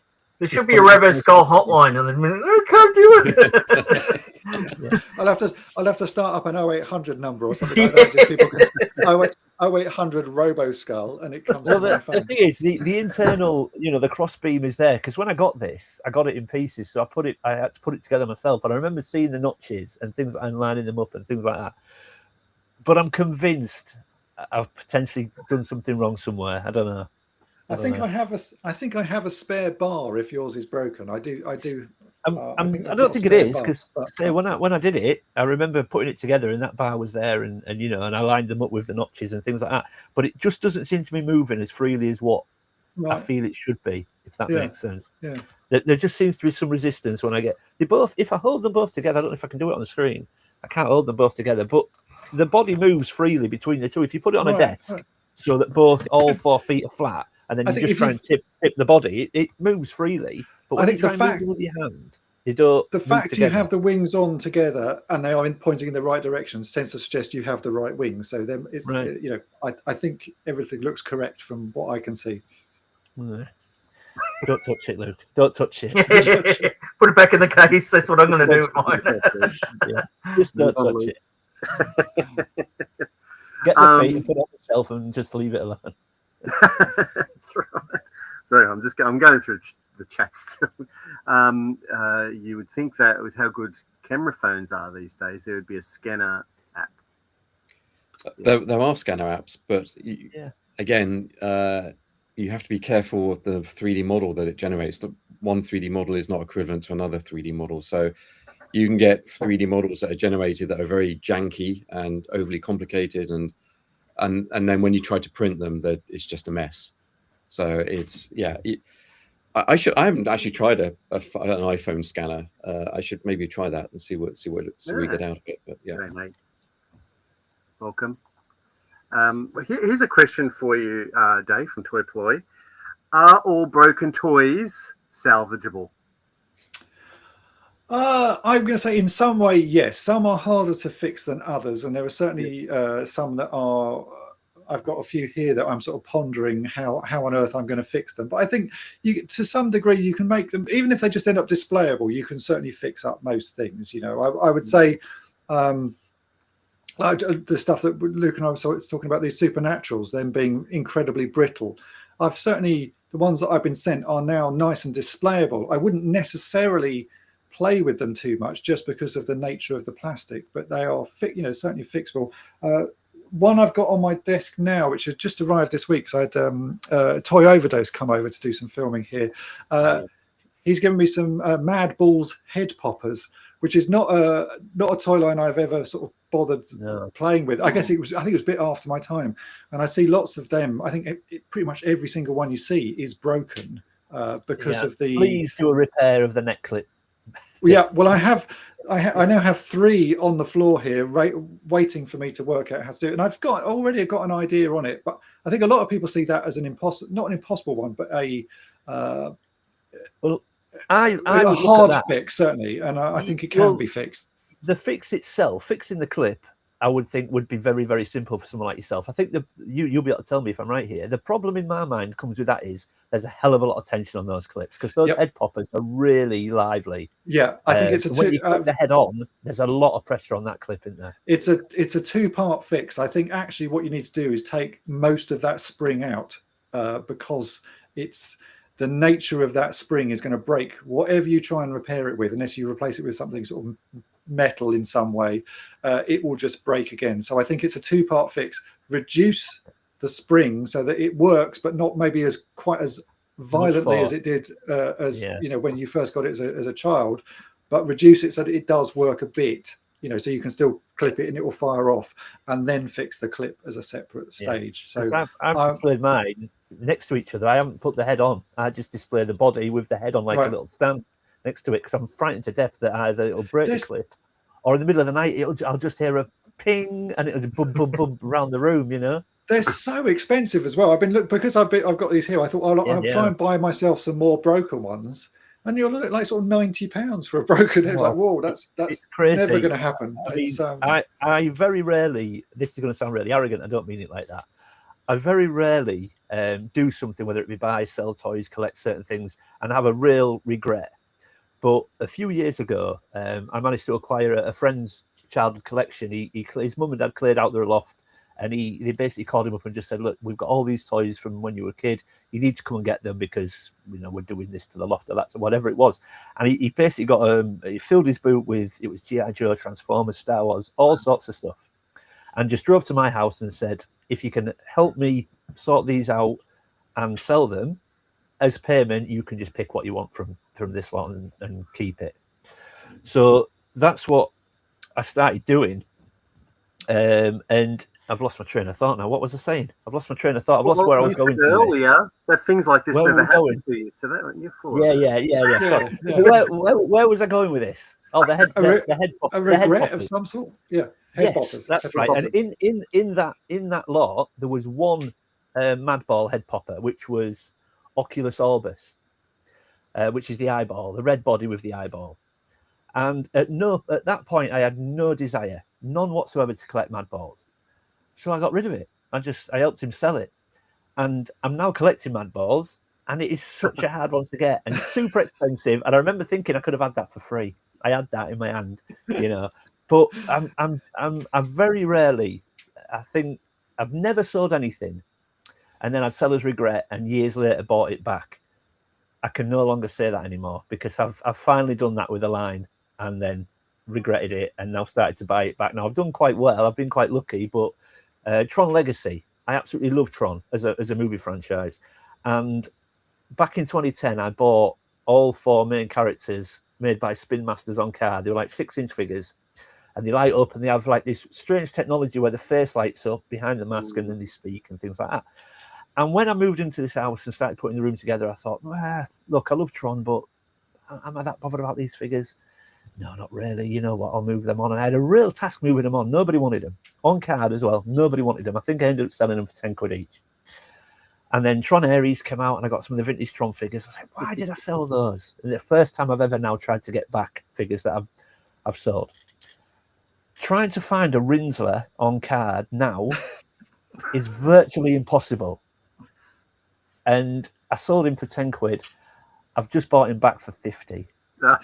I got the first 3. I forgot the first 3 quite cheap. I got 2 on Vinted for £22 for the pair on card. I got another one for about £11, which were the 3 that I knew I'd get relatively easy. But you can't find Rinsler at all. And he popped on eBay. And VTR Dave's words rang loud in my ears. Sometimes, Luke, you've just got to pay the money and get what you want. So I'm very upset that I paid £50 for a figure that I sold about 4 years ago for 10. And what will happen is you'll find one, give it a couple of months, you'll find one for next to nothing somewhere. Because I've done that. I've bought things that I think, I really want this. And within a week, I found it for like a fraction of the price. I mean, like, Well, this is it. I've been searching for a while, and it wasn't a case of I was finding them at price I didn't want to pay. I wasn't finding one. They were just nowhere to be seen. You could get all the other 3, Sam, Clue, and the Blackguard. You could find them next to, I mean, is that a light up like that's beautiful? You can find them no problem. And you look through, for some reason, you look through here, like, and you'll see, I don't know if you can see it up through the, look at that. Can you see through the? Yeah.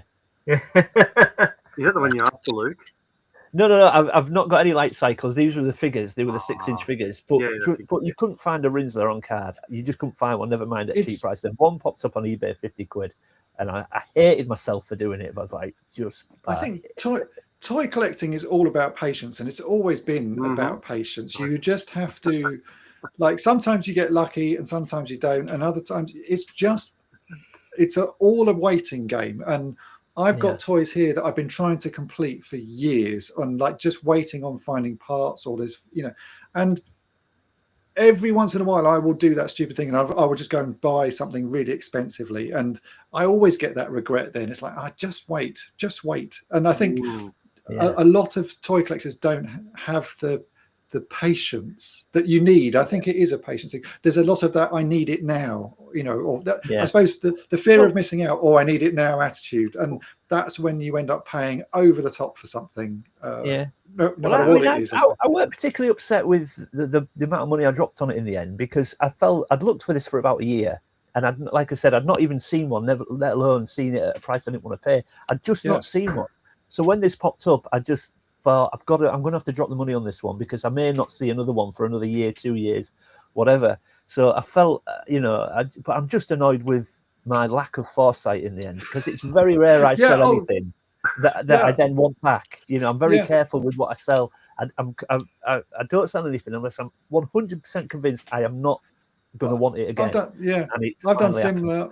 I've sold off bits of my collection over the years, and then rebought them, and then rebought more as well, because it's like I should have done. Tron, much like you, I had a full set of the original Tron figures. You can actually see them here, and I sold them all, and then regretted it. And it's like, so I've been slowly buying those back. I do now have them as a full set, but it took me. Got the accessories as well, Dave, because I struggled to find the accessories for them. I've got one disc, and that's it. And there's a guy. There is someone on eBay who sells 3D prints of them. Yeah, quality looks a bit.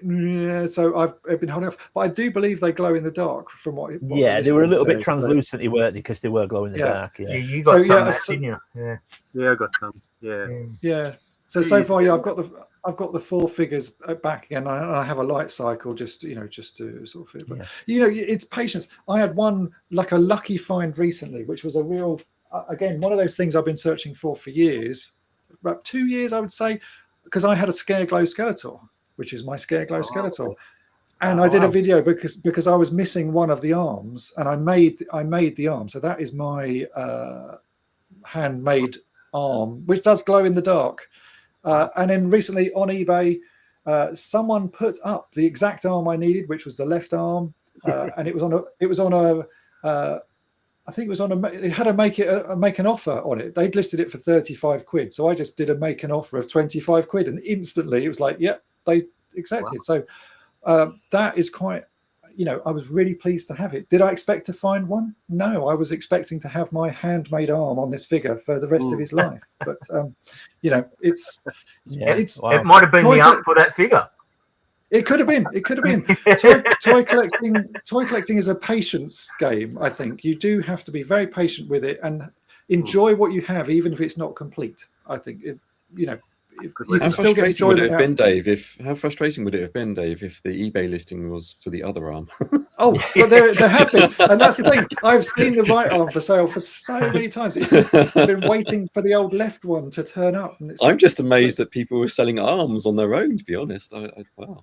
Yeah, people sell all sorts. That's the thing. You can still find all sorts. I see a lot of people moan about eBay that there's nothing on there. There's always stuff on there, and I'm always buying things. There's always things that you can, for projects and stuff. There's always be someone selling just what you need or what you think you need. I've never actually sold anything apart from crap that I found at a car boot sale. So I've never had that problem of regret of selling something and then having to buy it back, because I've never sold it in the first place.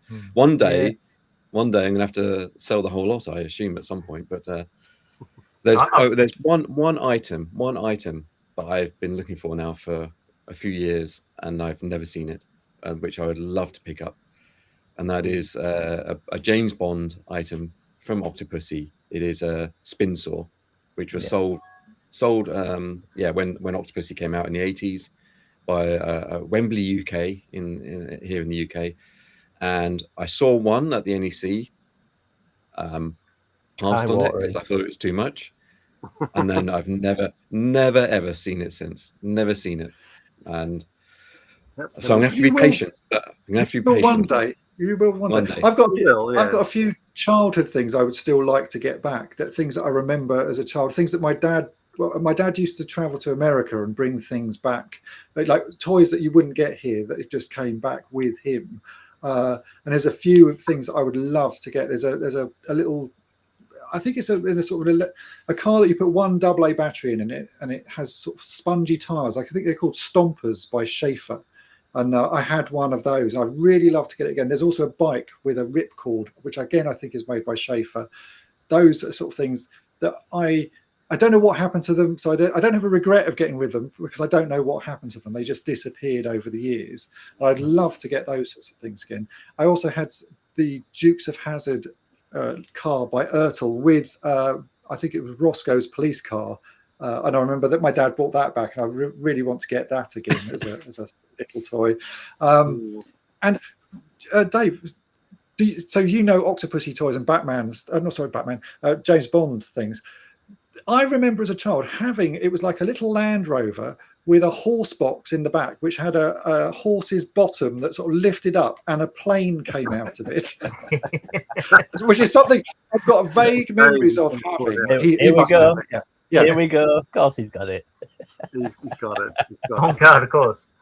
This is what you remember, Dave. That, This is what you yes, remember. exactly. That. Wow. Exactly that. And you are absolutely right. If I spin this round, It's got a horse's bottom that you rotate, and the wings on the plane fold up so that it fits inside the horse box. Exactly that. This is one of the best Bond vehicles ever. I love it. I found it. Yeah. That's I found now one on my, loose. now on my wants list. Then I need it. Well, I'll have to have a look. I may have a spare. Yeah, I may have a spare horse box or something like that. So I'll have to look up. But I got one loose to start with, and then this was a bargain on Facebook. Because the reason it was a bargain is because it was actually stapled. Right. So I did a restoration job on it, and I think it's come out really nicely now. Looks fantastic. Yeah. Yeah. Oh well, that is. I remember having that as a child, so I think that is now on my wants list. Of that, I've got to get the Dukes of Hazzard cars again, but that's now on the list. But what he's not telling you, Dave, is he's just said himself he doesn't sell things. So if he's got a spare one, you can't have it.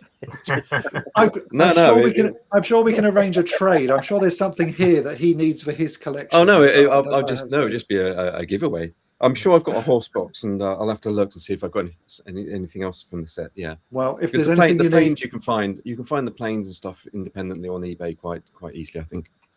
Oh, well, if there's anything you need, let me know, because I'm sure we can do it. We can arrange something. I've only sold one thing in 30 years myself, and I regret it. Just one toy I sold. First time on eBay, and I sold something, and I still regret it. What did you sell? I had I had 3 Mattel Eagles, and I sold one of them. Oh. And I still regret selling it. Well, but you still have 2 more. You still have 2. Yeah. Well, I'm back up the 4 with the new one, but I can't also on the flag. See, that's been Andrew's advice is sell nothing. Have multiples of everything. It's a funny feeling though. You still go, oh gosh, I wish I regret that now. But it's like yourself, Matt. You sold the green carded wrestlers and nightmare. Yeah, sorry to get that into. Especially when I think I found them in Toys R Us back in the day. I took them all off card, and then I just sold I went, I don't want these Hasbro wrestlers anymore, and I sold them.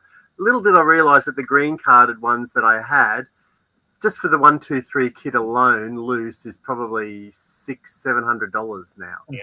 And I sold the whole lot for $200, and I just now kick myself. I'm never going to get that back. Wonderful, isn't it? No, I can't justify the price. You're not a true toy collector unless you've got some toy regrets. I think is that's right. Toy regrets. Yeah, true. There's got to be regrets. But I think I remember when I first started collecting, it was trying to get the vintage He-Man stuff back.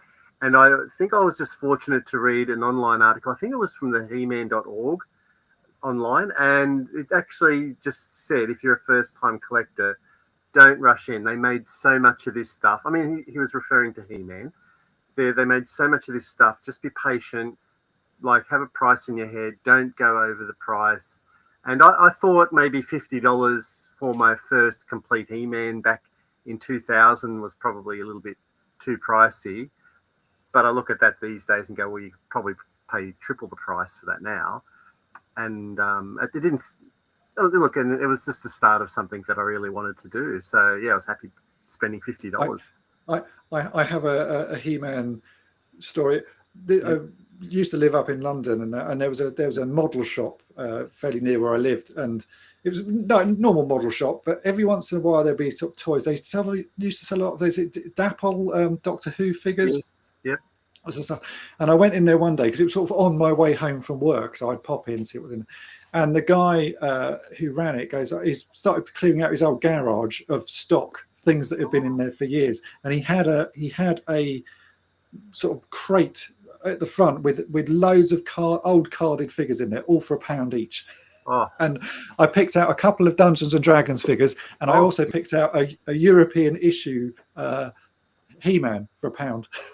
Carded. That's And I gave it. The thing is, at the time, I didn't collect He-Man, so I gave it to a friend of mine because he was big into this thing. I dread to think how much that would be worth now, because it was European, so it had the sort of slightly blonder hair version of it. But it's like, wow. But I picked up some good stuff there. I got some Dungeons and Dragons figures for £1. So yeah. Yeah, there's always something that we can find.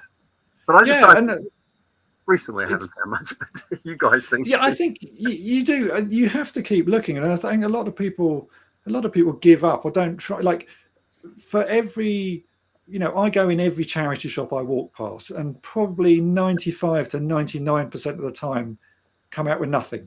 But it's that sort of 1 or 2% time that you go in and you find something that you're like, oh, that's worth it. That's why you go, and that's why you do it. Toy collecting is a long-term project for me. Certainly, I've been doing it like 30 odd years now. Been since it's a long-term thing. I'm not going to give up anytime soon because I still really enjoy it. I think that's the same with YouTube. I think a lot of people start YouTube channels and give up because they don't get anywhere.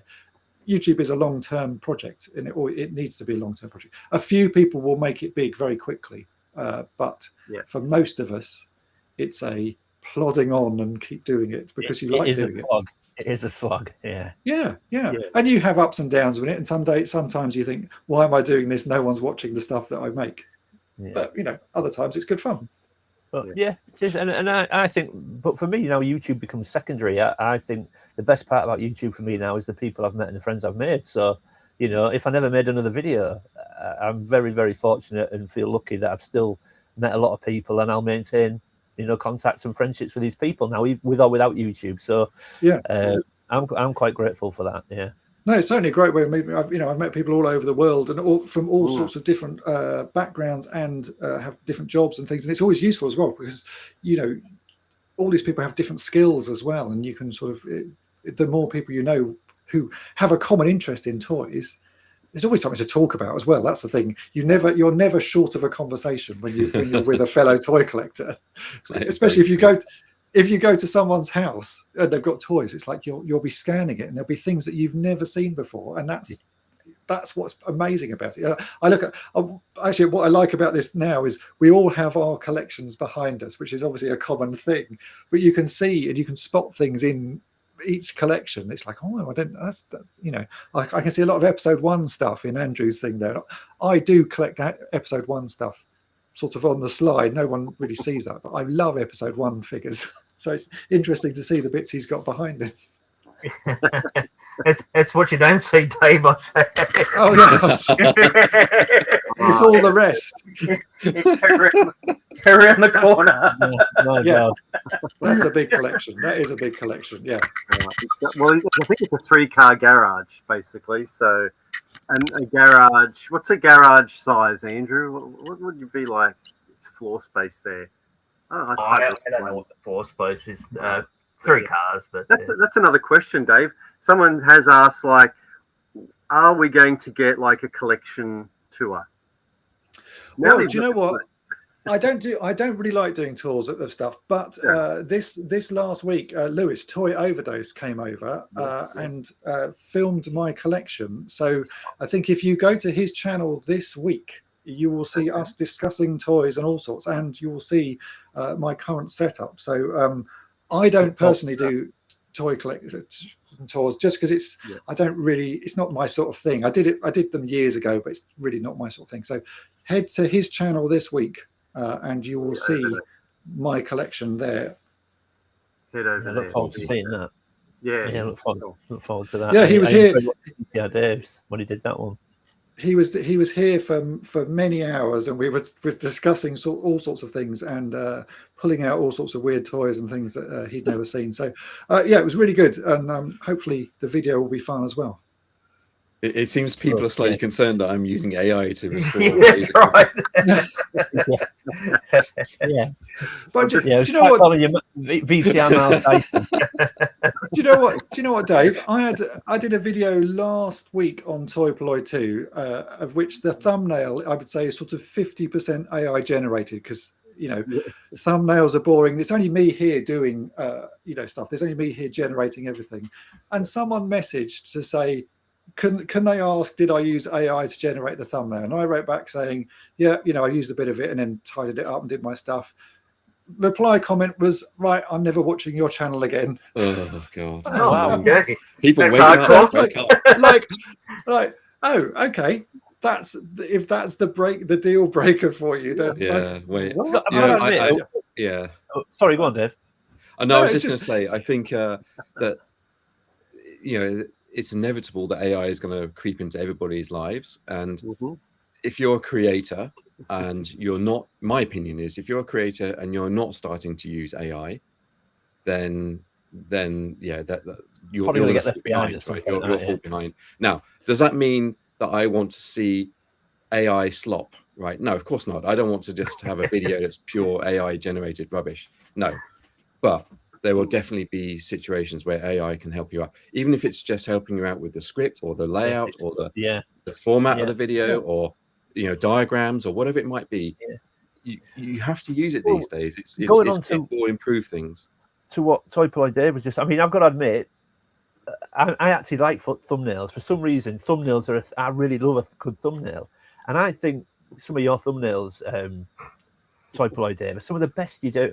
Some of the best I've seen. They're just brilliant.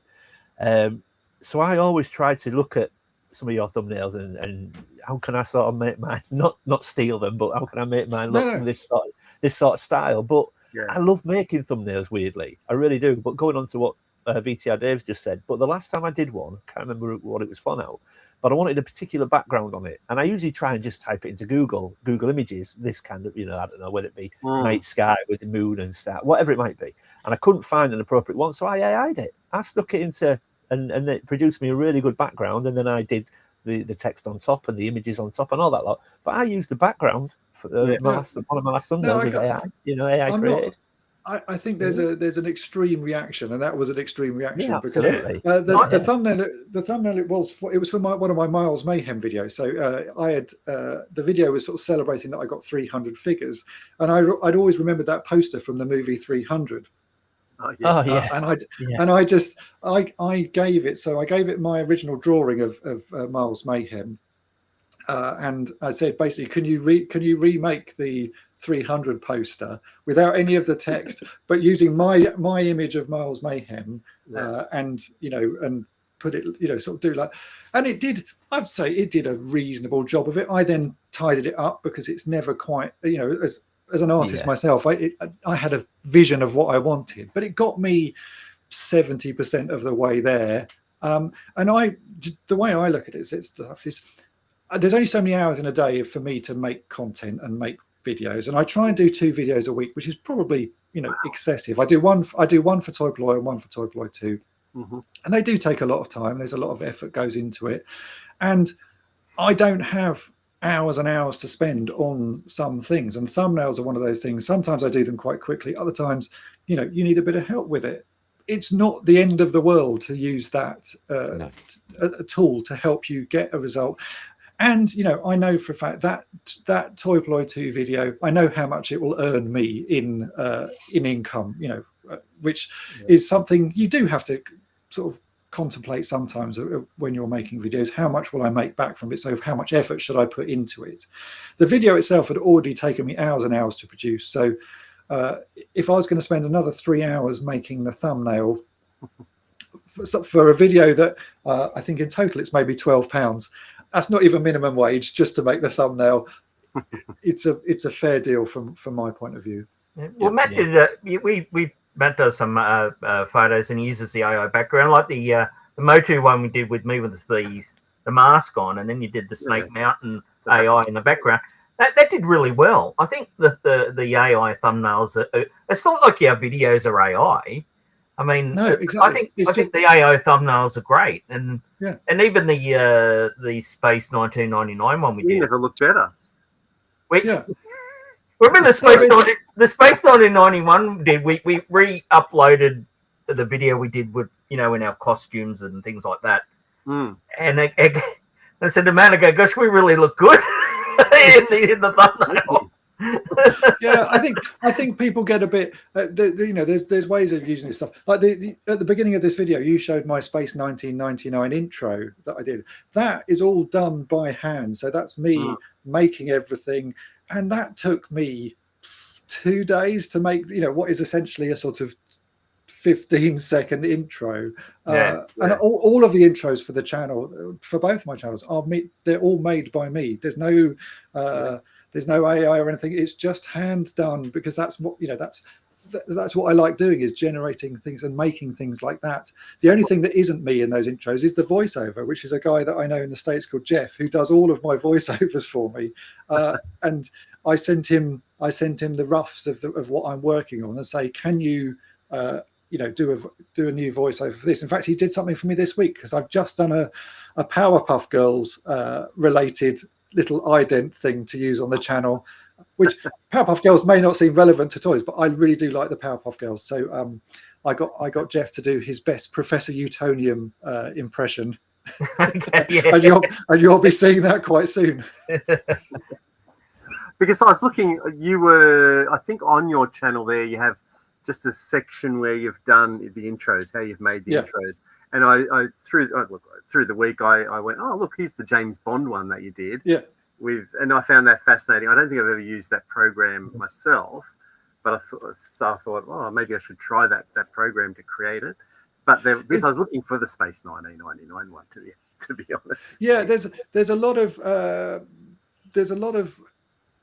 sort of pondering and thinking about how to do it, because a lot of those old intros are really clever, and the way they made them originally, they didn't obviously have computers, so they were done by hand, doing sort of hand animation on things. And the James Bond one is actually pretty clever, and so taking that and then recreating it using modern technology, so using modern sort of editing and modern digital stuff, it's actually quite hard, because you have to really simplify stuff back down to how they would have done it back, because that intro for James Bond hasn't changed since the 60s, has it? I don't think it's still pretty much the same thing. You're looking down the barrel of a gun and it moves around.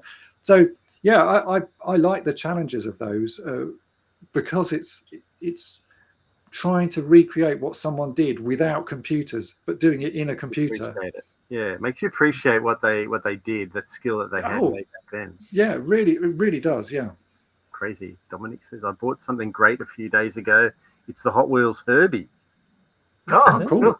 Bug from 2014. I think I've got that. Actually. I love Herbie. He was great. So I'm still way behind in the, so I really do apologize, chat, that I'm so far behind. Oh, thank you. I'm absolutely loving this live stream. It's very interesting.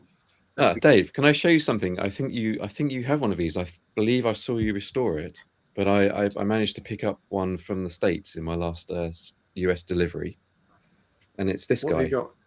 I don't have him. I have the robot Zem 21 or Zen 21, the silver robot. Yeah. I don't have him yet. He's really cool. He is cool, and I did a little bit of sort of tidying up on him, but I think he's come out really well. They're really nice. They're really nice figures. They're made by Ideal, I think, aren't they? Yeah, that's right. Ideal. Obviously he looks like Darth Vader, so this was probably 77 or 78, I'd imagine. I think they came out after Star Wars, and they're actually sort of cobbled together from other toys that they had in the line. So they're sort of and I think either Lucas or someone sued them and then didn't win, because they said it's not close enough. I did read about that. So yeah, as you say, it's Ideal, and I think it's called Star Team is the Star Team is the one. Yeah.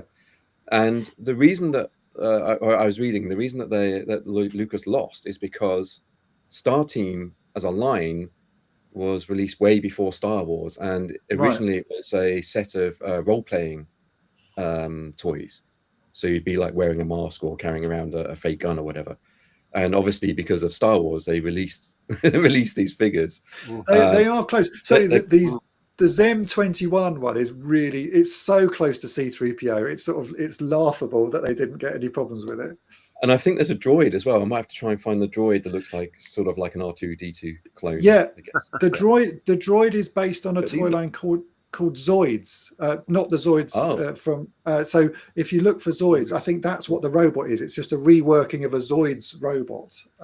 Zeroids. Sorry, not Zoids. Zeroids. Zeroids. Okay. Zeroids. Okay. So not Zeroids from Terrahawks. This is before them, and they're sort of weirdly 1960s, quite square, chunky robots. But Zeroids. Sorry, Zoids is different. Zeroids. I'm gonna have to look up one of those. Yeah. But I love those kind of weird 70s, just slightly out there toys. Oh yeah, things that are not quite what they should be. They're not knockoffs, and they're not. No. They're just sort of, they're close enough. This is G-Force with his head popper. Does that make sense to anyone there on how to fix the head popper? There's a bit of advice there. Maybe cut. I think I it's going to be a complicated one. I do have a plan for the clip. So watch my channel at some point. I've got to still work it out, but I do have an idea. I think you need to do two variations. One which is a sort of safe version where it will hopefully last for a while. Yeah. But I think you need to do like your Ram Man modification where you end up with a really powerful version. So Ram Man is still one of my favorite sort of upgrades, because it's just that was a toy. I had one as a child, and it was the most disappointing figure ever, because you think, I'm going to be able to knock things over with this, and it's just like it's a weak little poof. So I always wanted to make one that was vicious and actually did what it was supposed to do. I think that I've upgraded one again since I did that video, and I can now get it to fly about 2 meters, which is quite impressive. Bloody hell. That is impressive. What is your most satisfying repair, Dave? And what was it on? It's really hard to say, because I've got so many now. It's always nice to just like toys I play with, so things that I really like. I still enjoy doing Star Wars fixes. There's something about it, and I still enjoy doing He-Man fixes. So anything that I don't know, most satisfying. Very hard to say. I couldn't pick one off the top of my head. What was your first one? What was your first repair that you ever did?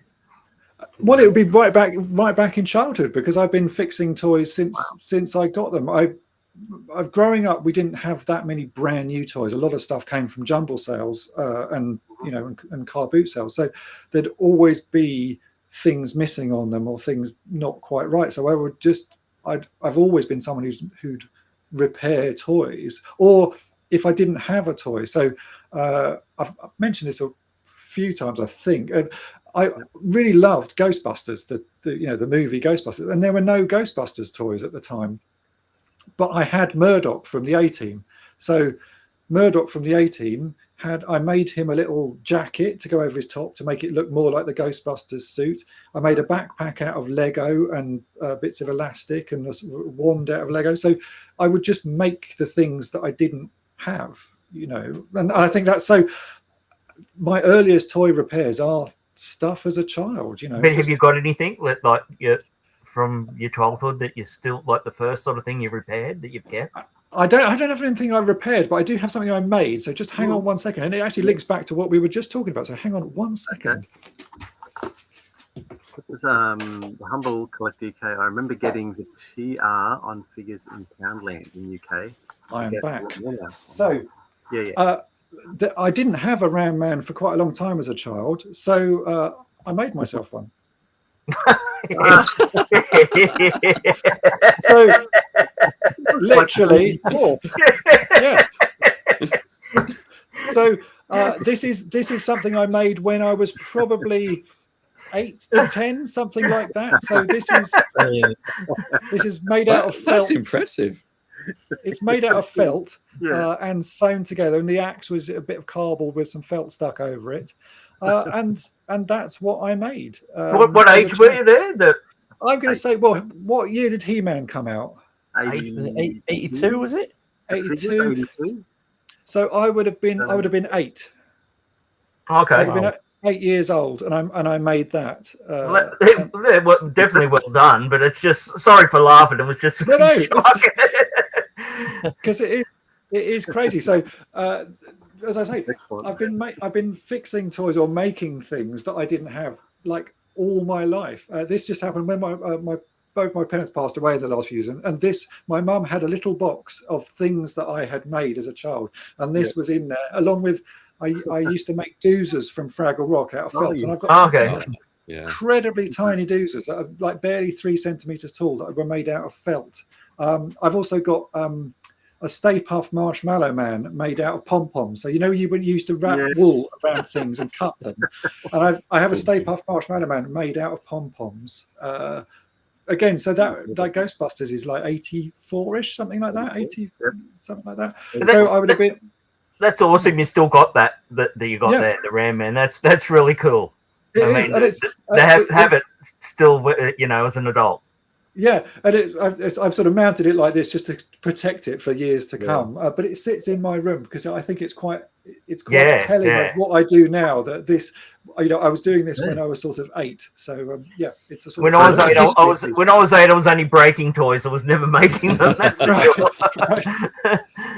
We need to find you a vintage Ram Man card back, I think, for this.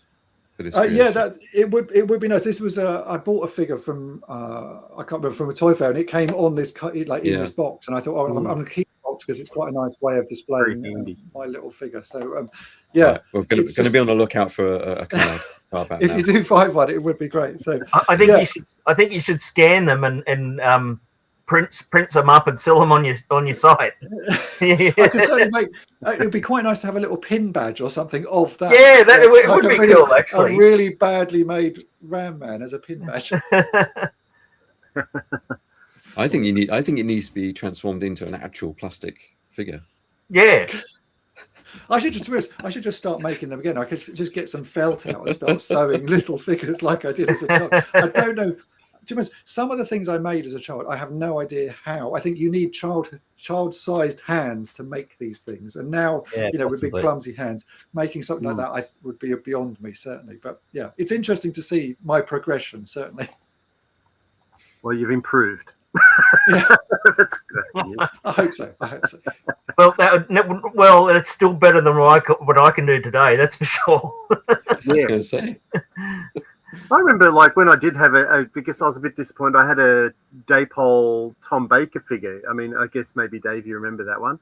And it didn't. I really enjoyed his last season as Doctor Who with his big flowing maroon coat that he had in his scarf. So I made one. I actually sewed a little jacket out of a nice long jacket and just sort of cut a nice long strip of purple material and that wrapped it around him. I've still got it. In my box of goodies as well. Something I did. Look, I was probably not. I wasn't 8, but I was impressed with my. I think that's what you do when you're a child. The creativity. Things don't have to look perfect. You're making something to sort of give it the sense of what you want. So, I think that's what's great about childhood sort of makes like that, things that you made as a child, is that they're not that good, they're not that clever, but as a child it's like the best you could do because of the skills you had, or just the materials you had. I had access to felt, so that's what I made it out of. It wasn't because that's the best thing to make it of. It's just that's all we had in the house was some felt. So I love seeing childhood constructions. Like you see it, like if you collect Action Man. Certainly here in the UK, if you buy job lots of Action Man, you will always find in the job lot of Action Man a knitted jumper or knitted trousers. Someone's nan will have knitted some clothes for your Action Man. That's right. I remember my mum knitted football outfits for my Action Man, so I had sort of shorts and socks and things like that. And it's just a sort of a sign of the times. Do people do that now? I don't know. Do parents knit things for kids' toys? Is it just something that happened in the sort of 60s, 70s, and 80s that people would make stuff for you? I love those sorts of things. I think they're a real sign of the times and a sign of the care and attention that people and the enjoyment people got out of toys. I think toys are a bit more fleeting these days. There was certainly a longevity to them when I was growing up. Yeah. Do you are you a bit like Dave below me here? Like, do you just get the vintage stuff, or you're getting modern stuff as well? I predominantly buy vintage. I do. There are some modern things I will buy, but I have sort of I've bought less of it recently. I've been buying these Super 7 Micronauts toys. I really like those. I think those are very nicely made. And I bought a few of the He-Man's Origins figures because I quite like those. Otherwise, I mean, it's sort of really sporadic. Mostly for me, it's the old stuff, things that I have a connection to. And I also find modern toys are not very good for fixing. I'm sure VTR Dave will feel the same. They're not designed to be repaired, modern toys. They don't have any longevity in them. So they're built to sort of break quite quickly just because they're cheap, and they're not even cheap, but they're just sort of throwaway. I like old toys because you can still buy a broken one and it can still be fixed and repaired. So there's more enjoyment for me out of the old stuff compared to modern. Yeah, no, I agree. I'll just show a few more comments because we've hit the 2 hour mark. We've gone over 2 hours. I just time has flown. Yeah. No, I know. You just keep going. Apologies, Matt. I do need to. We've got plans at 1 o'clock, so I do need to. Okay. Let's wind this up then. Anything coming up for anybody, like in regards to videos? I know, Dave, you've got there's a Toy Overdose one. Toy Overdose has a video this week, but then I have my regular video. So there'll be a restoration video on Thursday. I haven't got a Toy Polloi 2 video yet. Something will probably pop into my mind, and I will film something. But always, every week there'll be a Toy Polloi video fixing something, and so always something coming up on my channel. Be on the lookout, everyone. Be on the lookout. Luke, I know you've done a couple of videos recently, and you did mention something. Well, I don't know when it's gonna drop. Hopefully in the next couple of weeks, I do have some more of Matt's ghost stands to sort of showcase. Some really good ones as well, a couple of new ones. But the stands I'll be showing will also be being given away at the end. Well, not at the end of that video. That'll be when I invite people to do whatever it is we're gonna do to win them, and then the video after that will be the winners. So the stands I'll be showing will be getting given away. You could do a live stream, Luke, on the giveaway. Yeah, I guess I could do. Yeah, I could do that. Have you ever done a live stream, Luke? No, I've never done a live stream. No, but it is something I always keep saying I need to start looking at because I would like to start doing live streams rather than actual videos. So it might be a maiden first one. Yeah, maybe. They're a good experience. I mean, if you can keep up with the chat, even better. I really do apologise, everyone in the chat. I'm really sorry because I know there's a lot of people with. Actually, there is one here. There's a question for Dave at Toy Polloi. And how do you balance making toys for fun? How much money you make on such videos? When does it have to change? How do you? It's multi-question there. It's a multi-question. How do I balance making toys fun? I do this anyway. To be honest, if I wasn't filming this stuff and putting them on YouTube, I'd be doing it anyway because that's just the filming has always just been an extra thing that I do.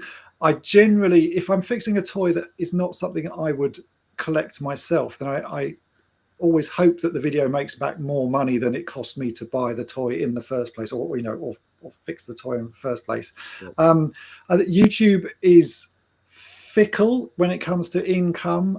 It's quite hard to make a good amount of money on it, so you do have to rely on things like Patreon stuff. I have a Patreon page where I do post more stuff, and I post fixes that you don't see on YouTube. So there are 40 or 50 odd videos and repairs that you will have never seen now that are Patreon exclusive. So that's a way you have to sort of balance this stuff out. But the money isn't the be all and end all for me. I like making videos and I like fixing toys. So that's I would still do this even if I wasn't doing YouTube. I'd still be fixing stuff. So just the bonus that you get paid for it, I guess, isn't it? It's the bonus that and I wouldn't say you get paid for it. It's not even minimum wage. The amount of hours I put in and the amount of money that comes out of it is not minimum wage. So it's you do it for the enjoyment of it. And I think you see a lot of people get poo-poo. There are some channels that sort of dig on other channels when they get sponsorships and stuff like that. Like they're selling out or something. Don't if you get a sponsorship, that's great because it's really hard work running a YouTube channel, and a sponsorship of any sort is brilliant because it shows you're doing well and it will help them make more videos. So never knock someone for doing a sponsorship of any sort because this is hard work. So, you know, it's just take it for that channel is doing quite well, that they're doing well enough that people are interested in sponsoring them in some way. So yeah, I think I always think, you know, to do it because you enjoy it. And when you see other channels knocking other channels down, that's really mean-spirited of them. Do it, you know, because there's a lot of work that goes into doing anything on here. Yeah, don't jump on the bandwagon, basically. Yeah.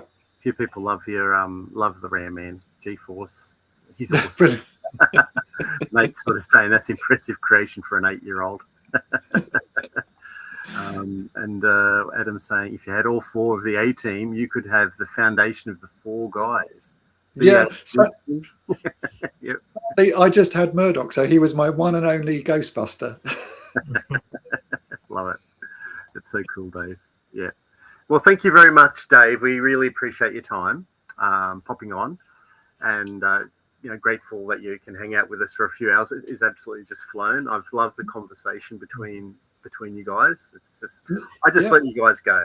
I think just I try not to interrupt, and that's, I guess, it sort of reflects in trying to catch up with the chat. So I do apologize to the chat. I really appreciate you guys all coming in and supporting us, and Dave, Luke, and Dave, and hanging out with us. I really do apologise to the bottom of my heart that I couldn't get to where you commented. You steer the ship brilliantly, Matt. It's difficult to keep up with everything and keep the chat going. You steer the ship really well, mate. Yeah, don't worry. Well, thank you. I didn't. Yeah, and as if no one has subscribed or seen Dave's channel, check out Toy Polloi, and there's also Toy Polloi 2. And I guess there's links if you want to go and join your Patreon. You can go to your channel, and there'd be links to Patreon. So yeah, that's feel free to do that. But yeah, thank you everyone, and we'll catch you next time on Keep On Collecting. Thanks, Dave. Thanks, Luke. Thanks, everyone.